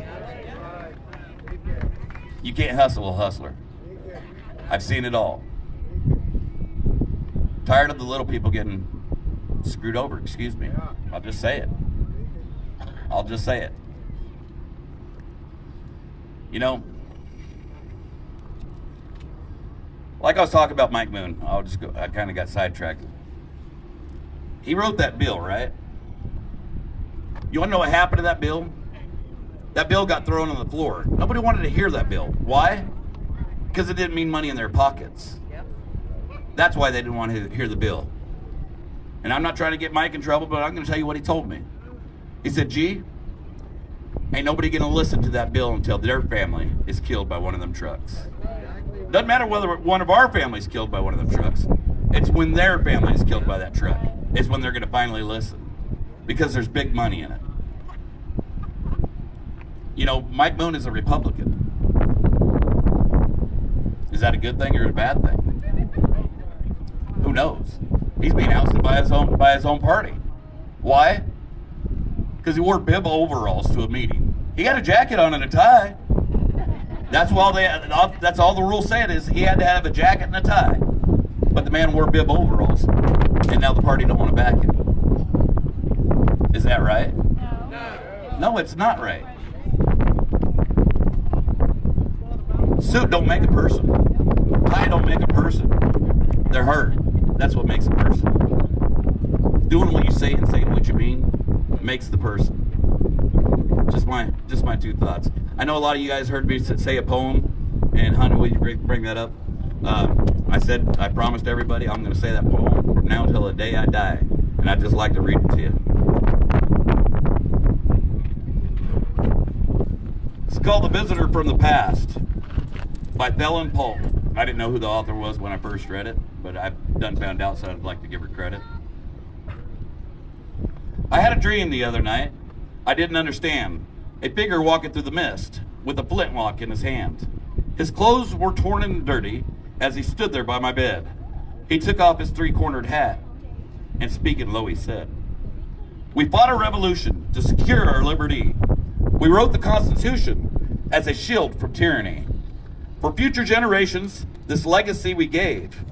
In this, the land of the free and home of the brave. The freedom we secured for you, we hope you'd always keep. But tyrants labored endlessly while your parents were asleep. Your freedom gone, your courage lost, you're no more than a slave. In this, the land of the free and home of the brave. You buy permits to travel and permits to own a gun, permits to start a business, or to build a place for one. On land you believe you own, you pay a yearly rent, although you have no voice in choosing how the money's spent. Your children must attend a school that doesn't educate. Your Christian values can't be taught according to the state. You read the Constitution, or you read about the current news in a regulated press. You pay a tax you do not owe to please the IRS.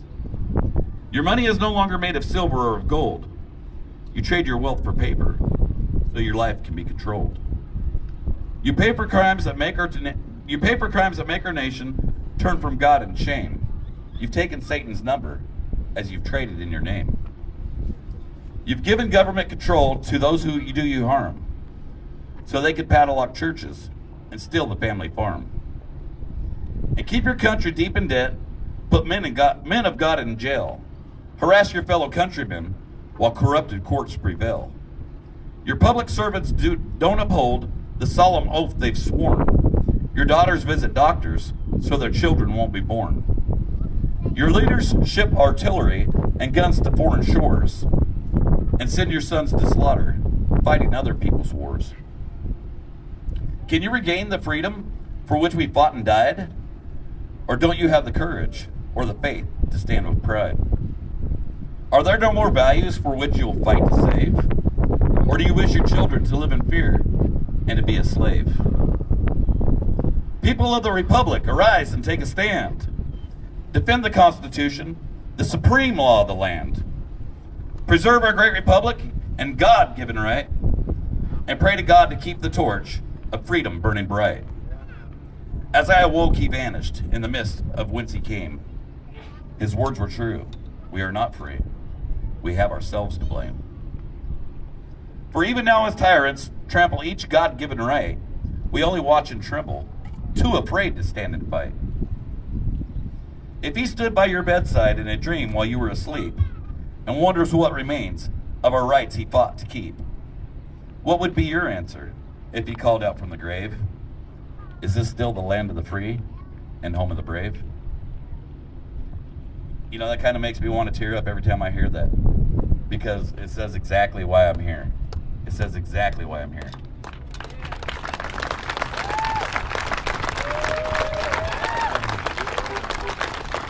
I'm looking at these children out here, all these children out here, and that's why I'm here. That's why we all should be here. Looking at a lot of the older folks here, and I know they're not here for themselves. We've done served our time. We ain't got much time left in the big picture, the big scheme of things. It's these kids. What kind of country are we leaving for them? And it's our fault that we're not leaving them a better country, because we won't stand. Because we won't stand. It's going to take a whole lot more than this to stand up. It's going to take a whole lot more than the state of Maryland to stand up. It needs to happen from coast to coast. It needs to happen from coast to coast. We're so caught up in ourselves. And that's what's wrong with this country. Everybody's so worried about themselves. Until it actually hits home is when you want to stand up, and then it's too late. Who's it too late for? Me? No, it's not too late for me. It probably ain't going to affect me in the next 10, 15, 20 years before I die. It's going to affect these children. It's going to affect these little ones. And it's going to affect their children. We're not going to have a country left to give them. We have so many veterans out here that fought and died for this country. What did they fought and die for? Not what they're getting. Not what we see now. I guarantee it. I spoke to a World War II veteran the other day, and he said, gee, you know, this isn't what I fought for. I fought for the people. I fought for freedom, not for politicians. And that's what's happening. And it's been happening for a long time. And I, for one, I'm tired of it. But I can't do it alone. You can't do it alone. This world needs to stand up. Like I said, this whole place should be filled with trucks. But they want to gripe about fuel prices. Well, guess what? I'm griping about fuel prices too. But is fuel prices our problem? No, it's our elected officials that can do something about the fuel prices. You know, I seen the president come up on stage and started talking about an embargo with Russia, and the next day I seen the fuel prices go up $2 a gallon. Just talking about it. These guys know just saying it is going to bring up fuel prices. And that's what they did. They brought up fuel prices by saying it. No, it's the People's Convoy that brought it up. You guys are out there wasting gas. Look at the trucks. Look at the trucks. I won't even lie to you. These 15 trucks out here didn't do it.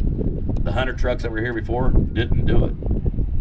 It's them opening their mouths, knowing that they're going to make more money by opening their mouths. And it's not right. They already knew that we were going to have a problem with fuel, didn't they? They already knew that there was a war happening in Ukraine. They already knew Russia was involved. They already knew we were going to start an embargo with Russia. So why didn't we open pipelines and start producing ourselves before he even opened his mouth? Because they don't care about us. And I'm tired of it. Maybe I don't know what I'm talking about. Like I said, I'm just a Dumbo hillbilly from the Ozarks. But that's what I'm saying. Anybody want to correct me? Crickets.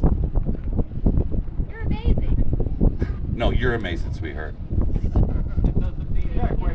What's your question? I didn't know this was a Q&A.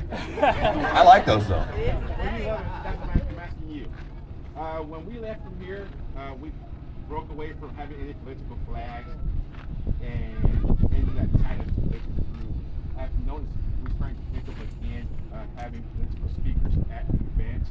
I want to know how many of them are here for a photo op, or how many of them are going to join us when we go to DC. You want to know how many people, all the political people are going to join us when we go to DC? Or how many of them That's up to them. Are just here for a photo op.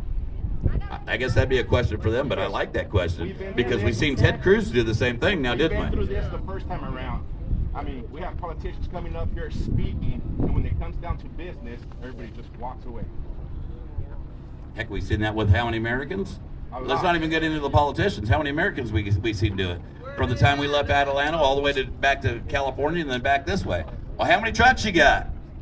I want to know how many trucks you got before I join in. I seen it with truck drivers. I heard one truck driver tell me, gee, I ain't going to get involved. Let me see how California kicks off before we do it. The difference is those Americans ain't up here speaking. This politicians are. Oh, I didn't set up the rally. That's none of my business. You want to know what's great about this country? Freedom of speech. Freedom. Freedom. I don't speak for others, I speak for myself. That's why when I came up here today, I said, I speak from my heart. I don't speak from your heart. I got to know a lot of these people out here, and they've become family to me. They become family. What I'd like to see is the country to become a family, is what I'd like to see. Say what you mean what you say. Yeah. Stand up, or get out the way. One of the two. I wasn't expecting that Q&A. Thanks a lot, Joe. Anytime, brother. Love you. Love you too, man. I love you guys. And that's why I'm here, because I love you guys that much. And I don't mean just you guys. I mean all of you. All of you. Keep up the good work. I don't know how much longer I have. But it doesn't matter to me how much longer I have. It matters to me how much longer they have. These children. My grandchildren, your grandchildren. Thank you, guys.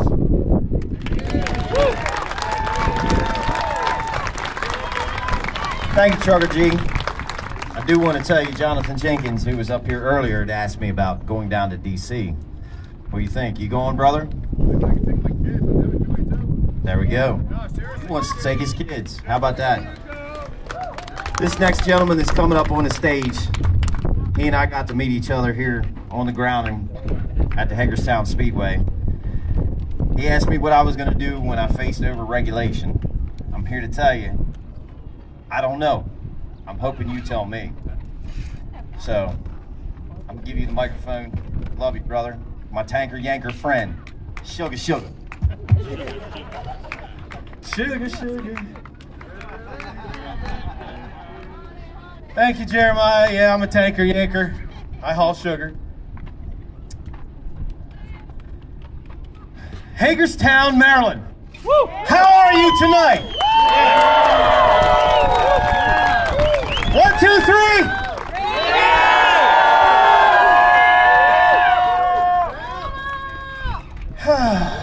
Where can I find somebody young that can hold the mic for about 35 minutes?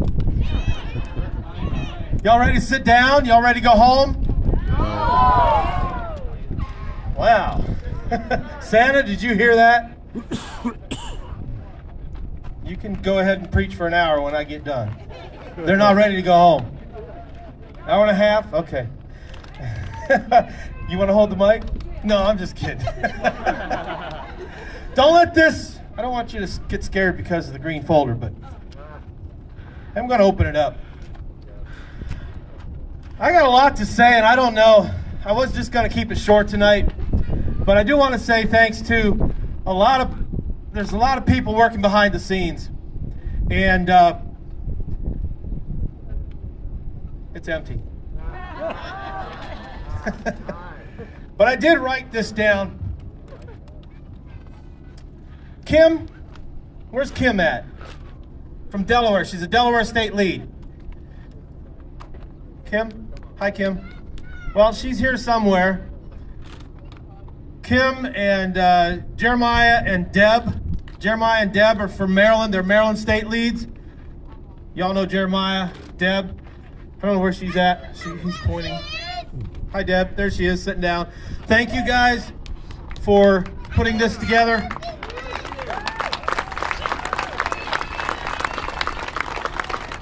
Thank you for stepping up and being a state lead in Maryland and Delaware. That is a task, that is a job that should pay well, and it should pay more than you're getting paid. Thank you.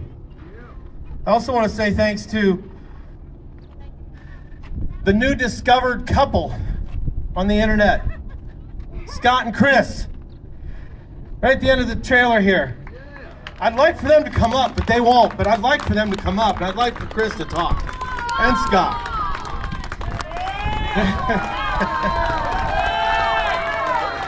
Oh man, you hear that?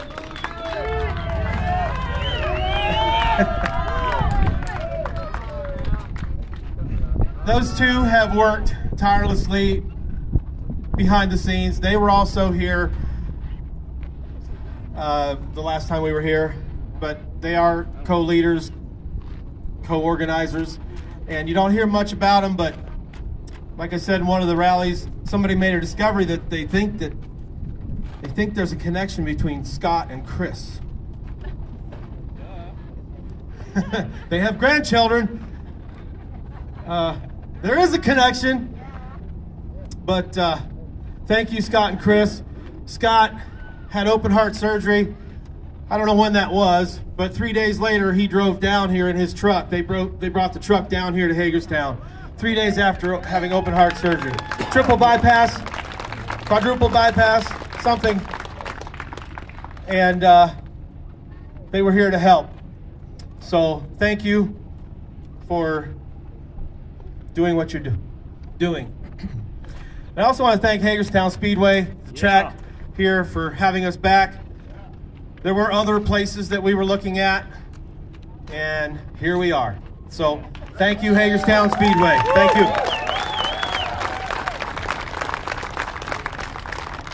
I don't want to forget to say, because it'll probably be a one more thing, that red truck is the dumpster. That all trash goes in this red truck right here.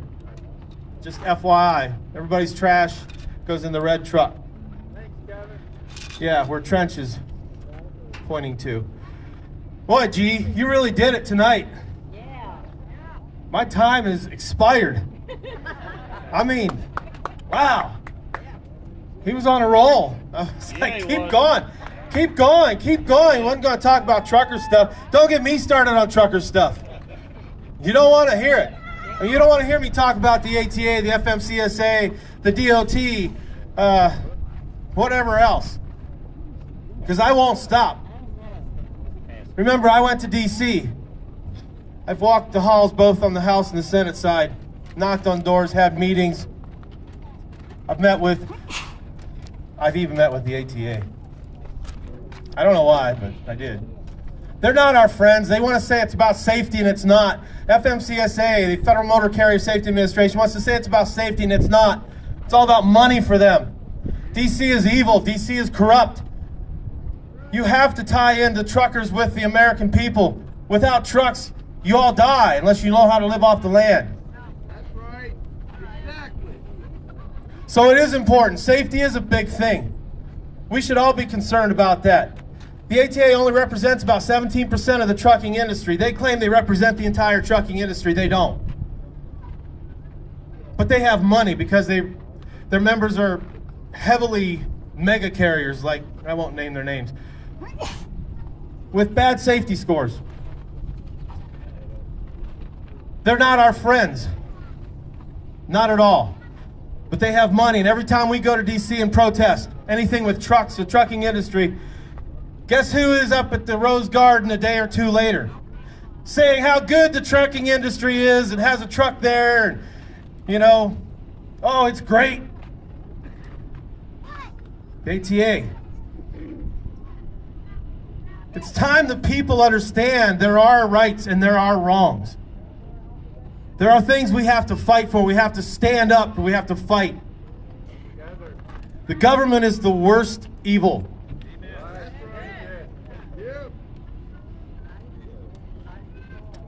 Man, Gee, you just did such a good job. Somebody said, well, there've been quite a few people say, you can't go to D.C. You can't go into D.C.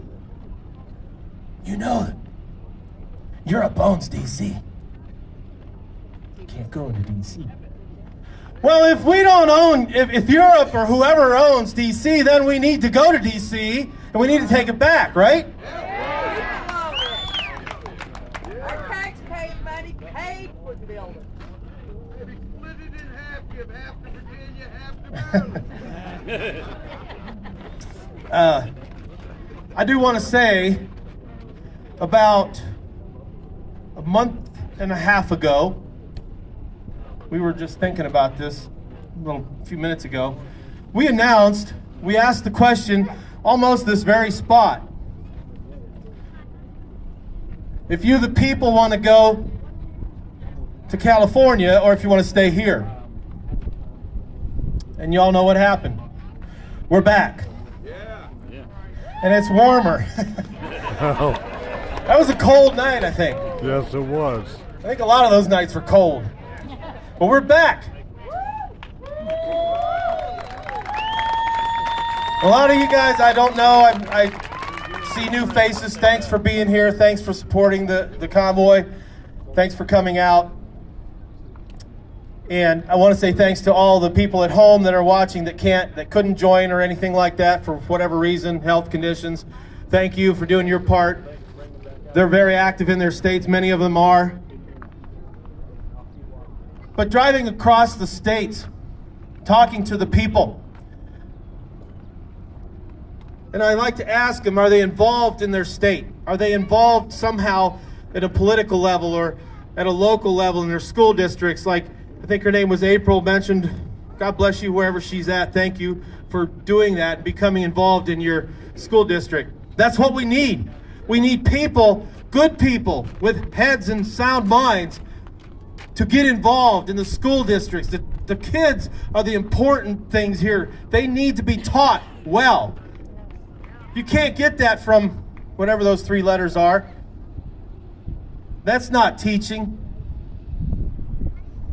But I ask people, are they involved in their states? Are they involved in anything politically at a state or local level? And many of them were. But there was also those that weren't. Many people said, we are here because of you, the convoy. They got involved because of Ottawa or the People's Convoy. And it's made them want to get involved somehow in their state and local levels. I can't tell you people how important it is to get involved because there's power in you. You all have the power together to fight together. And when the people in the states come together, that's power. And when the people go to D.C., there's power in D.C. They don't want that. They're scared of that. We might be small, but we're being watched. We can grow in a moment's notice, and they know that. That's why they're watching. I really can't stress enough, get involved at your state level. Any way you can. If you have questions, reach out to us. We might be able to help you in any way we can. We'll give you ideas, suggestions, put something together, put a rally together, put a convoy together, a protest, whatever you want to do. Put up flyers around your town, you post it on your storefronts in your cities. Just do something.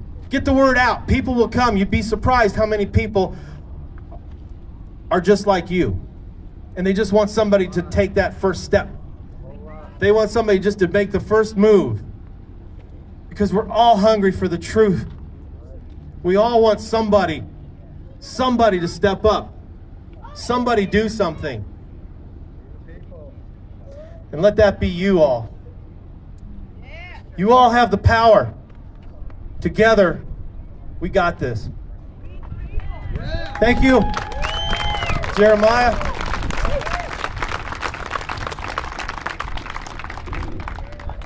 Thank you, Tanker Yanker. All right, this next guy, I hope one of y'all brought a catcher's mitt. Did somebody bring a catcher's mitt for me? Because I think Santa, he's probably got something wonderful he's going to say, and that microphone, I'm going to have to run up here and catch it, because they tell me it's expensive. I don't know why they gave it to me. Oh, all right, brother. Your introduction goes without saying. Thank you. Love you, brother. Love you too. God bless. Well,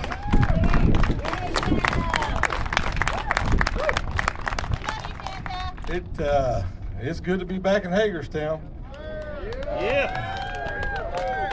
Some people said we wouldn't come back. Here we are. I told them, I said, I'm coming back if I have to come back by myself. I love y'all. Y'all are awesome. You treated us so good. And it's good to see everybody here tonight. Shook hands with a lot of folks I hadn't seen in quite a while. Good to see you back. I was raised in a Christian home. I had the best mom and daddy that a boy could ever want. And my daddy was our pastor. And I grew up on an old story, and I was sitting over there praying, God, what do you want me to say tonight? And I don't know what I'm going to say. Y'all don't need to hear from me. You need to hear from him.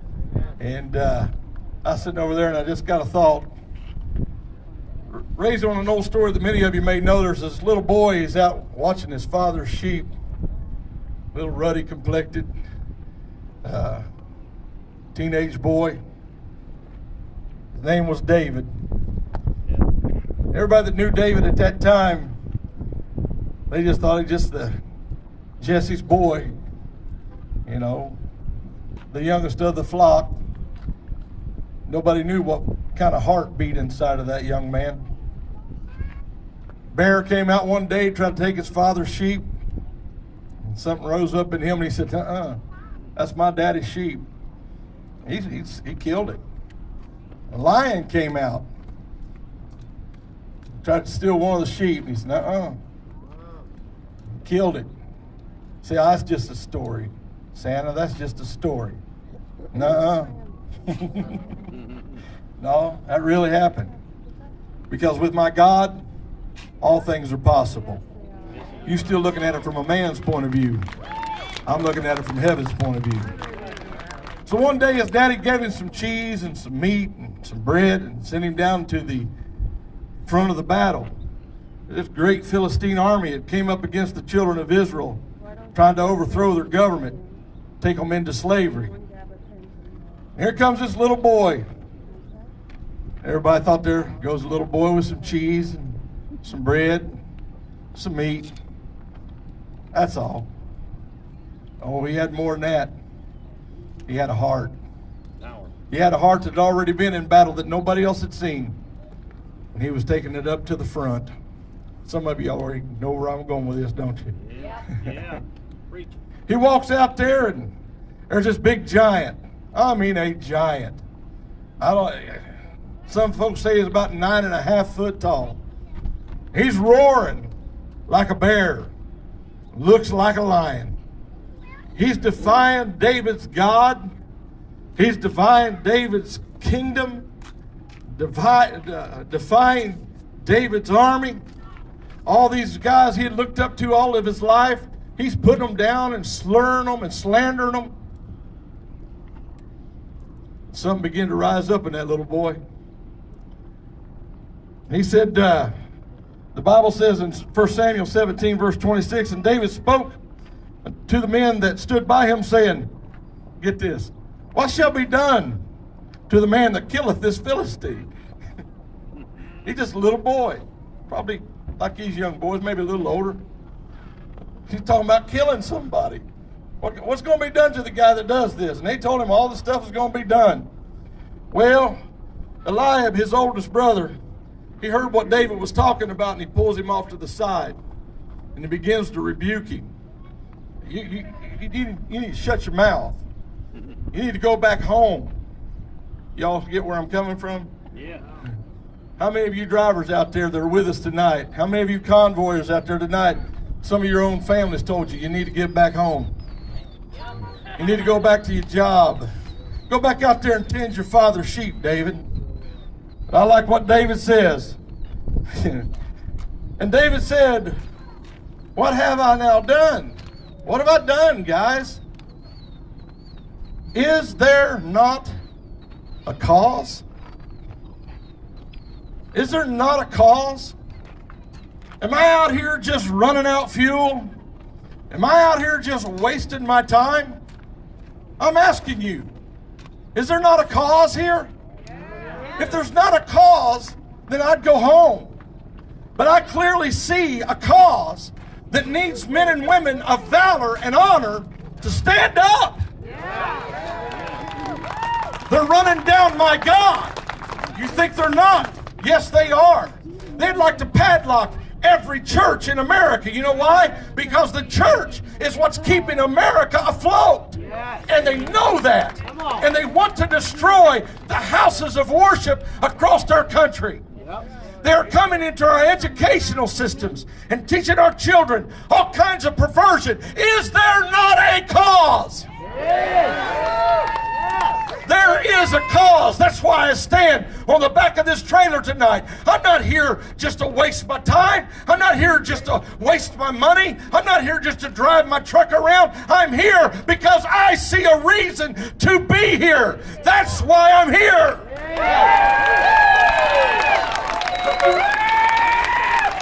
There is a cause. The rest of everybody else in that army of the Israelites, they were shaken. They were afraid. Oh, we can't take on that behemoth of a man out there. He's a champion. You know what a champion is? That's somebody that has never lost. In battle, if you lose, you're dead. Goliath had never been defeated. Every challenger that came to him, he left them gurgling in their own blood. And now the government of this world, the government of this nation, has got so many people so afraid of them because they look like this big behemoth, this giant that cannot be overcome. Just today on the CB radio, another driver told me, he said, there's nothing you can do. Wrong. Really? There's nothing I can do? Let me tell you about my God. Come on.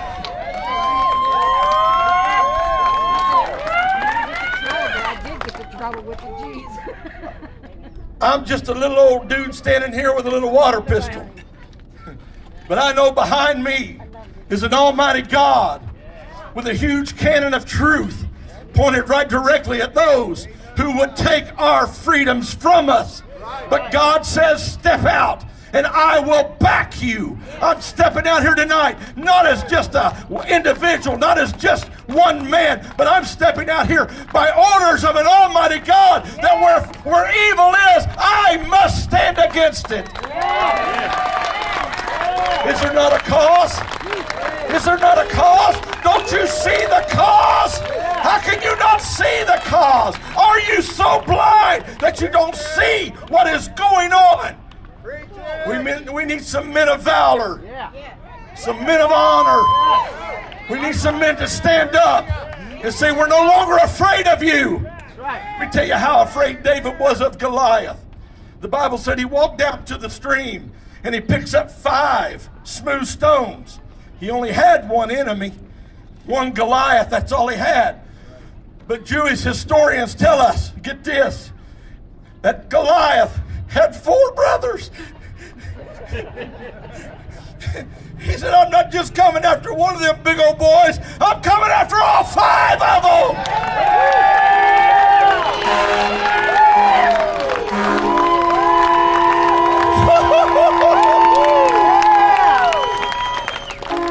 Is there not a cause? Do you not see that your liberties are being stripped from you? Can you still sit at home, go to work tomorrow just like it's any other day? Can you get up in the morning, kiss your wife goodbye, go out and earn that meager living, and then come back home and worry how you're going to pay the bills because the government is taking your money and wasting it on countries that hate you? Is there there not a cause? Is there not a cause to get in your vehicle, turn the key, and head to Hagerstown and join with it? Do you not see this cause? The corruption, the filth, the disgusting lifestyles that is represented in that Capitol just a few miles up the road, is that not a cause to stand up and say, we are tired of your nonsense, we are tired of your lies, we are tired of the way you're treating everybody in this country, we are coming to take our country back.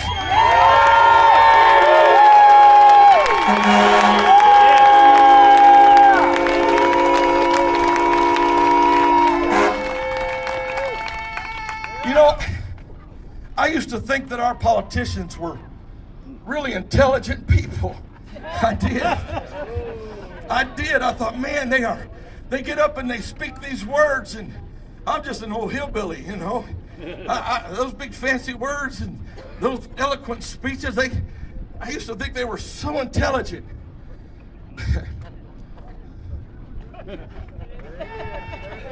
That's a laugh. But anymore, I'm firmly convinced most of them would drown in my most shallow thought.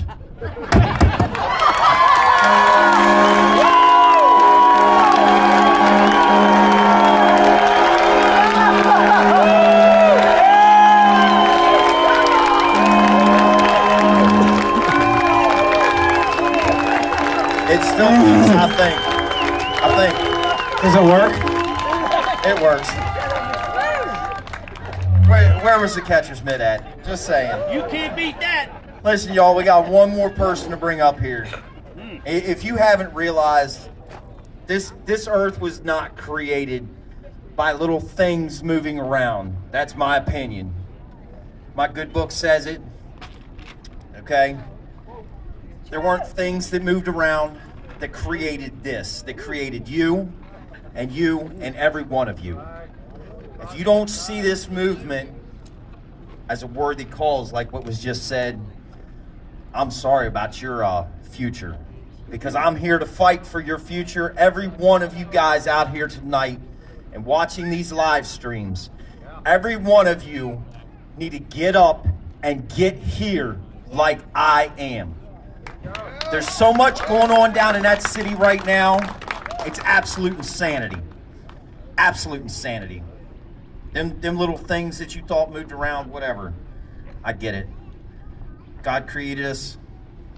We're here. And we need to continue to be here for our children, living and in the womb. And that's where I'm going to leave that, and I'm going to open this up to our next speaker. Tom, I appreciate borrowing your trailer tonight, my friend. Thank you very much, sir.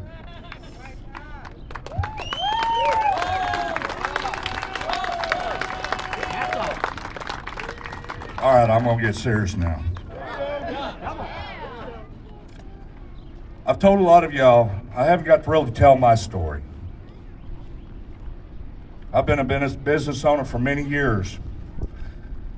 I've been put down and being controlled and everything by the government. Finally, one day I said, you know, Father, I'm tired of this. And I became an ordained minister. Now, I'm not your mainstream ordained minister. I'm not fake. I won't pretend to be something that I'm not. I'm just a hard-working individual like each and every one of these people out here, these other truck drivers, and these people have worked their asses off all their lives. But when I was ordained, I saw a vision. I was standing in a courtroom, and I was in judgment. And I looked over and I saw Satan. And he was standing there. He was the prosecutor. He was the accuser. Now I was sitting there waiting for him to lay all my sins out. before God. But he didn't. And when I looked at him, he has that face that was just shifting like he could be anybody. Like an unrecognizable face. And as I was watching him, he kind of bent over like this here, and he slapped his hands together and he rubbed them, and he looked up sideways and he says, "Father, I told them everything I was doing to them. It's not my fault they didn't understand me like they didn't understand you." That's right, exactly. And at that very instant, he like disappeared. And I heard the words plausible deniability. Then I looked down and I saw blood dripping from my hands. And I said, "Father, where did this blood come from? I haven't killed anybody." He said, "No, you haven't. But it's what you have allowed to happen." And then he showed me everybody around the world throughout time that's been under a government. That same blood on everybody's hands. I walk around every day seeing it. And I'm sick of seeing it. That's the reason why I'm here right now. Because I don't want to see that blood on my hands anymore. And I said, "Father, I don't understand this." He said, "Well, I give each and every one of you power and authority, and you allow someone else to represent you. They go out and do these things in all our names. And I'm telling you right now, right here, it's time for it to stop." So I'm asking everybody out there that can hear my voice, stand! Wake up! Stand! Stand in Washington! Stand at your state capitals! Stand!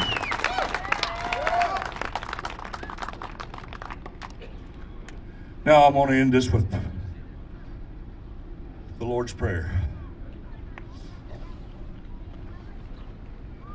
Our Father, who art in heaven, hallowed be thy name.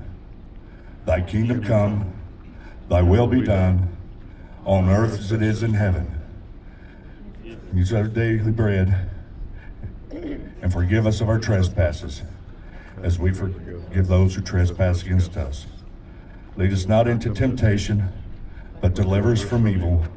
For thine is the kingdom, the power, and the glory forever. In Jesus Christ's name I pray, amen.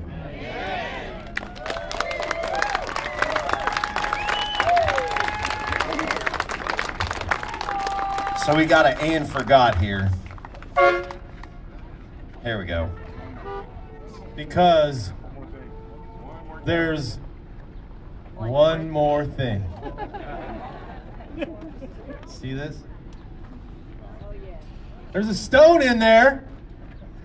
It's not very windy. Just saying. If anybody feels led to donate, feel free to walk up and put it in the top. There's a nice little slit up there. The money fits right in there, and it'll be used for good use. That's my one more thing, y'all. Have a good night. 8 o'clock meeting, and we'll refuel vehicles tomorrow morning, but be at the meeting at 8 a.m. All right, thank you all for coming out tonight.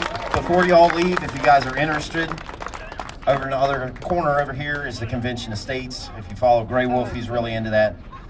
And one more thing that I continue to forget to do. I need to pay back some of those who helped the convoy while they were in town. Everybody loved that big American flag that hung up there. I want to personally thank Ed from Wreckers and Wrenches, Dave with D&D Towing, and Digging and Rigging for the flag and the use of it. I thank you guys for coming out tonight. I look forward to seeing a lot of old friends and their big trucks come back in here. Give a big shout out to two of my friends, Jeremy Moser. Miss you, brother. Looking forward to maybe seeing my buddy Jimmy Fletcher. Uh-oh, we got to end one more thing too. Anybody want a convoy tomorrow? All right, it's not going to be the real one. But if you want a convoy tomorrow, 8 o'clock in the morning, we're going to have a meeting. We're not going into downtown, that's not what I'm saying, but if you guys want to get out and do some things, we can't go in yet. I haven't made logistics yet, but we'll go do a little convoy tomorrow, maybe show them that we're back. All right. So anyway, 8 o'clock in the morning. Thank y'all. Have a great evening. We'll see you again tomorrow.